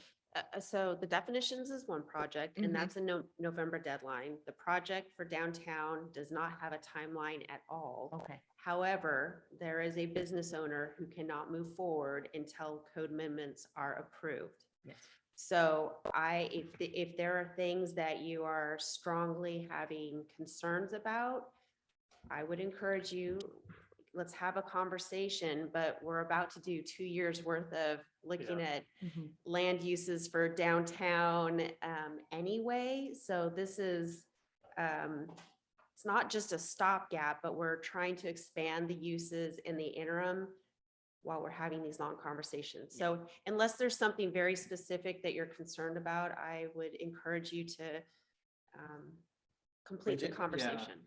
Thank you. What I want to say is, I think that in the time, I agree with Brandy that because I always get nervous that we're excluding something. So what I would say is to think, like, we can do this between now and next week just on our own. What are different things? There's food, there's entertainment, there's recreation, there's all those kinds of things. Then those all have these little subcategories underneath them. If we make those subcategories broad enough, which is what we're talking about tonight, to leave room for a cat cafe, a zebra cafe that might come around, be trendy in 2 years, then we don't have to worry so much that we're locking ourselves in to some limitations. And so I hear what Kate is saying. I also know that this business owner, he needs a resolution, and we don't do things just because one person wants it, but we're doing it because the person who wants it because it's in line with what we've said we're going to be doing. So I want to see us finish up with that. I just say, if we individually spend the week and think, do any of these definitions that we have for the big headings, if they feel too limiting, then let's bring those to the table. I just suggest putting including but not limited to almost in most of those areas. Then that should leave it open for if we say cat cafe, but someone says puppy, then, the staff can say that fits with the intention of the policy. So I don't want to hold off longer. I want to get finished, but I also don't want to lock us into limitations. I feel like we have a lot of due diligence that's been done, and I don't see any glaring holes in my experience of working on this stuff at this point. So that's it. That's Kate? Want to jump? Oh, I think Commissioner Oh, Blair Brandy? and Walker have comments. Oh, sorry. So can Kate explain again then, because I'm hearing two different things. One was, I'd thought from before, this was our only opportunity to look at this. And the comp plan update, yes, we're going to be touching on other stuff, but it's not going to be regarding the matrix for the downtown. So if you're telling me that we will be getting back into this stuff, and this is just a stopgap and just let this go through, then that's different than what I heard last time. What I heard last time was, make sure this is right, because this isn't going to be the focus of the comp plan update. So this is a stopgap measure. With that being said, we are opening it up. So I want to make sure we're capturing what you want. The comp plan is a bigger, broader picture of all of our commercial uses, the biggest components of that, kind of what Deborah was talking about earlier this evening, is we have new population targets, we have new residential targets, we need to figure out the mixes that we have in the commercial zone are accurate, correct? But that whole process will give you guidance, because you're going to adopt a new comprehensive plan by 2024. The next phase of that is we have to go through and make sure our municipal code is now consistent with any big picture changes you've had. So this is a stopgap. It is an opportunity to make bigger changes. We would not be getting to it until 2025. And Lance, do you want to chime in here? I think you really covered it. the big picture of it well. So Kate, to move something forward tonight, it kind of sounded earlier like this could be its own individual item from our broader definition discussion a little bit earlier. Did I understand that correctly? Yes, Okay, this is completely separate. Anita's definitions is a standalone project. The downtown commercial is a standalone project. But Kate, remind us, we are trying to accommodate a business owner, but really what we're trying to do is just fix a little section of our matrix that wasn't quite right originally. So we're not recreating the wheel. We had some inadvertent things that were left off our original matrix. That is correct. In 2019, when you adopted the uniform development regulations, the entertainment components were completely excluded from the historic main and promenade. And from the conversations I'm just really appreciative of Commissioner Tuttle helping explain this to me, because I didn't understand the full what exactly happened. And it was the commission was trying to do definitions and look at all these changes to your land use matrix, but you were never provided a full package. And in that, there was this misunderstanding between staff and the commission specifically for downtown and the entertainment uses. So this is a fix, but I think we can make a few tweaks while we're fixing it. Okay, Melanie? So Kate, can we add that edit for the cat cafes thing that you mentioned earlier where you have Oh, yeah. cafes? Okay, Oh, yeah, because So- we're changing the land use matrix for downtown. okay. Could we do that and move this along tonight? Okay, I would love to motion to do that. Sorry, I don't know the words. Here, it's in your packet. I Thank gave you. you guidance. Direct staff to prepare a formal amendment package for the commission's consideration, set a public hearing, complete environmental review, and agency outreach with the amendments provided this evening. I would like to direct staff to prepare a formal amendment package. Oh, so moved. Thank you, Commissioner Tuttle. All in favor, please say aye. Aye. Opposed? Can I just make Are one? you opposing? No. I'd let you finish motion. Motion. I just wanted to say, since you all have this on the, in front of you right now, if you're seeing things that you would like us to start tackling the next time we open this up for big picture, please start letting me know. Because I want to make sure we're capturing it. I don't have anything for the future, but I would like to comment, when you separated hotels and motels, Yeah. are we permitting motels in historic Maine? Motels were excluded for both historic and the promenade. Motels were excluded, but hotels weren't. Hotels were permitted. I'm sorry, did I get backwards? Hotels are permitted, motels were excluded, and that was based on the definition. Hotels include the restaurants and other services, where motels were more auto We oriented. talked about the car aspect taking up a lot of real estate in Okay. specific areas. That's what we talked about. Thank you for the clarification. And did I see that this is set tentatively for a public hearing on July 25th? Do we have another meeting between now and then? You do, but there's not enough time for me to get the environmental determination done and notice to the Department of Commerce. Okay, that was what I was wondering is what the, okay, thank you.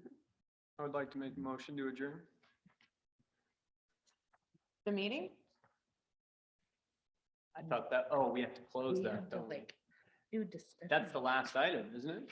No, we usually do just. Can we, I'm sorry, I'm can sorry. you defer your motion? I would like to defer my motion. I'm sorry. Well, it's dead because there was no second. Yeah, or, Dead. yeah. Commissioner Walker, rescind that motion. I would like to rescind that motion. I second that emotion. I'm sorry to back us up to item number 8 on our agenda. But here we go. Discussion by commissioners and staff. Are we going in order? We'll start with Commissioner Walker's. Okay, we got no new comments. Thank you. Very welcome. Commissioner Tuttle. Oh, are you calling on me? Commissioner Walker. Passing the stick. Oh, I had the opportunity to attend Juneteenth on the Father's Day weekend. We did it on the 18th, so it wouldn't overlap with Father's Day festivities. And Janelle Lewis and her family once again put on an amazing event for the city. It was full of education and fun at the same time. And there were kids who performed. Raylan Lucy performed a really powerful spoken word piece. And our mayor spoke, which was great. And we had Congresswoman Susan Del Bene was there and she spoke briefly. And so it's just a really fun event. And people came even with the rain, and there was dancing and there was singing and there was good food. And so it's just a cool event. So I don't know if Janelle or her family will ever hear any of the audio here, but thanks to them for putting that on and heading that up, and with partnership from Monroe Equity Council helping with that as well. So it's an asset, and I hope it continues every year going forward. Great. Bridget? Thanks. I would piggyback on that and say that that was a Monroe Equity Council event this year. It hasn't been in the past, but that was funded by the city's approval of an ARP grant. So an ARP grant going to good use. I don't have much that tonight. I'll just let it go. I already talked a lot. I'm thirsty. Thank you. Randy? I was supposed to go to the parks meeting last week. I missed it, so I don't have anything to report on that, and I have nothing else. Thank you. Any chance you know anything about, do you get minutes or anything? Are they still actively recruiting a couple Parks Board members? I don't get the minutes. I could have looked them up. I should have probably done that before today. Sorry. I don't know. I will find out though and report on that for next time. I have a company or a Monroe City computer here. I can look them up. That's fine. Anita? I don't have anything to report. Just thank you for your discussion tonight. And Commissioner Walker, I like your emotions tonight. They were good. Thank you very much. Sorry for the lack of professionalism in my. Mike? I didn't know if we were all waiting on someone to do that, so I was like, I'll say what's on the tip of everyone's tongue right now. I'm like, We're still allowed that he's the rookie, aren't we? I mean, you're 6 months in. big time Yeah, rookie, clearly. Lance, do you have anything for us? The only thing we're in the process of setting up a meeting to what we'll call our kickoff meeting for the comp plan update process. This is an internal meeting that would be with the consultants and representative from different departments in the city. But once we have that, we'll have more of a firm to schedule for the specific tasks for the comp plan. So we're a little later than expected to be at this point, but I suspect that we'll be moving full speed after once this occurs. It looks like we'll be doing it the second or third week in July. There's a lot of people involved, and so the scheduling has been a little bit difficult. Thank you. Kate? I have nothing further other than to thank Anita for all her work on this, and our intern, Liam McCorkle. He just did a great job for us, and thank you all for your patience and getting through this. It's a lot, so thank you. Very welcome. Hannah? I have nothing. Thank you. Commissioners, please say thank you to Jerry for setting up our laptops. Yeah. It was very nice to Thank you. have those. The hybrid setup was perfect. Appreciate it. Chair Bull, there are still 2 park board positions open on the city website. There's also still an opening on planning commission. And EDAB. And EDAB. There's a lot of vacancies. You can go to the monroe.gov website and go to the government section under vacancies and see everything that's available. Thank you for the update. You're welcome. And with that, Do you have a motion? I'd like to bring back my motion to adjourn. I second. Second you. by Commissioner Lockhart, all in favor, please say aye. Aye. Opposed? Motion passes. Perfect. Staff, thank you for the extra time tonight. I was literally going to say.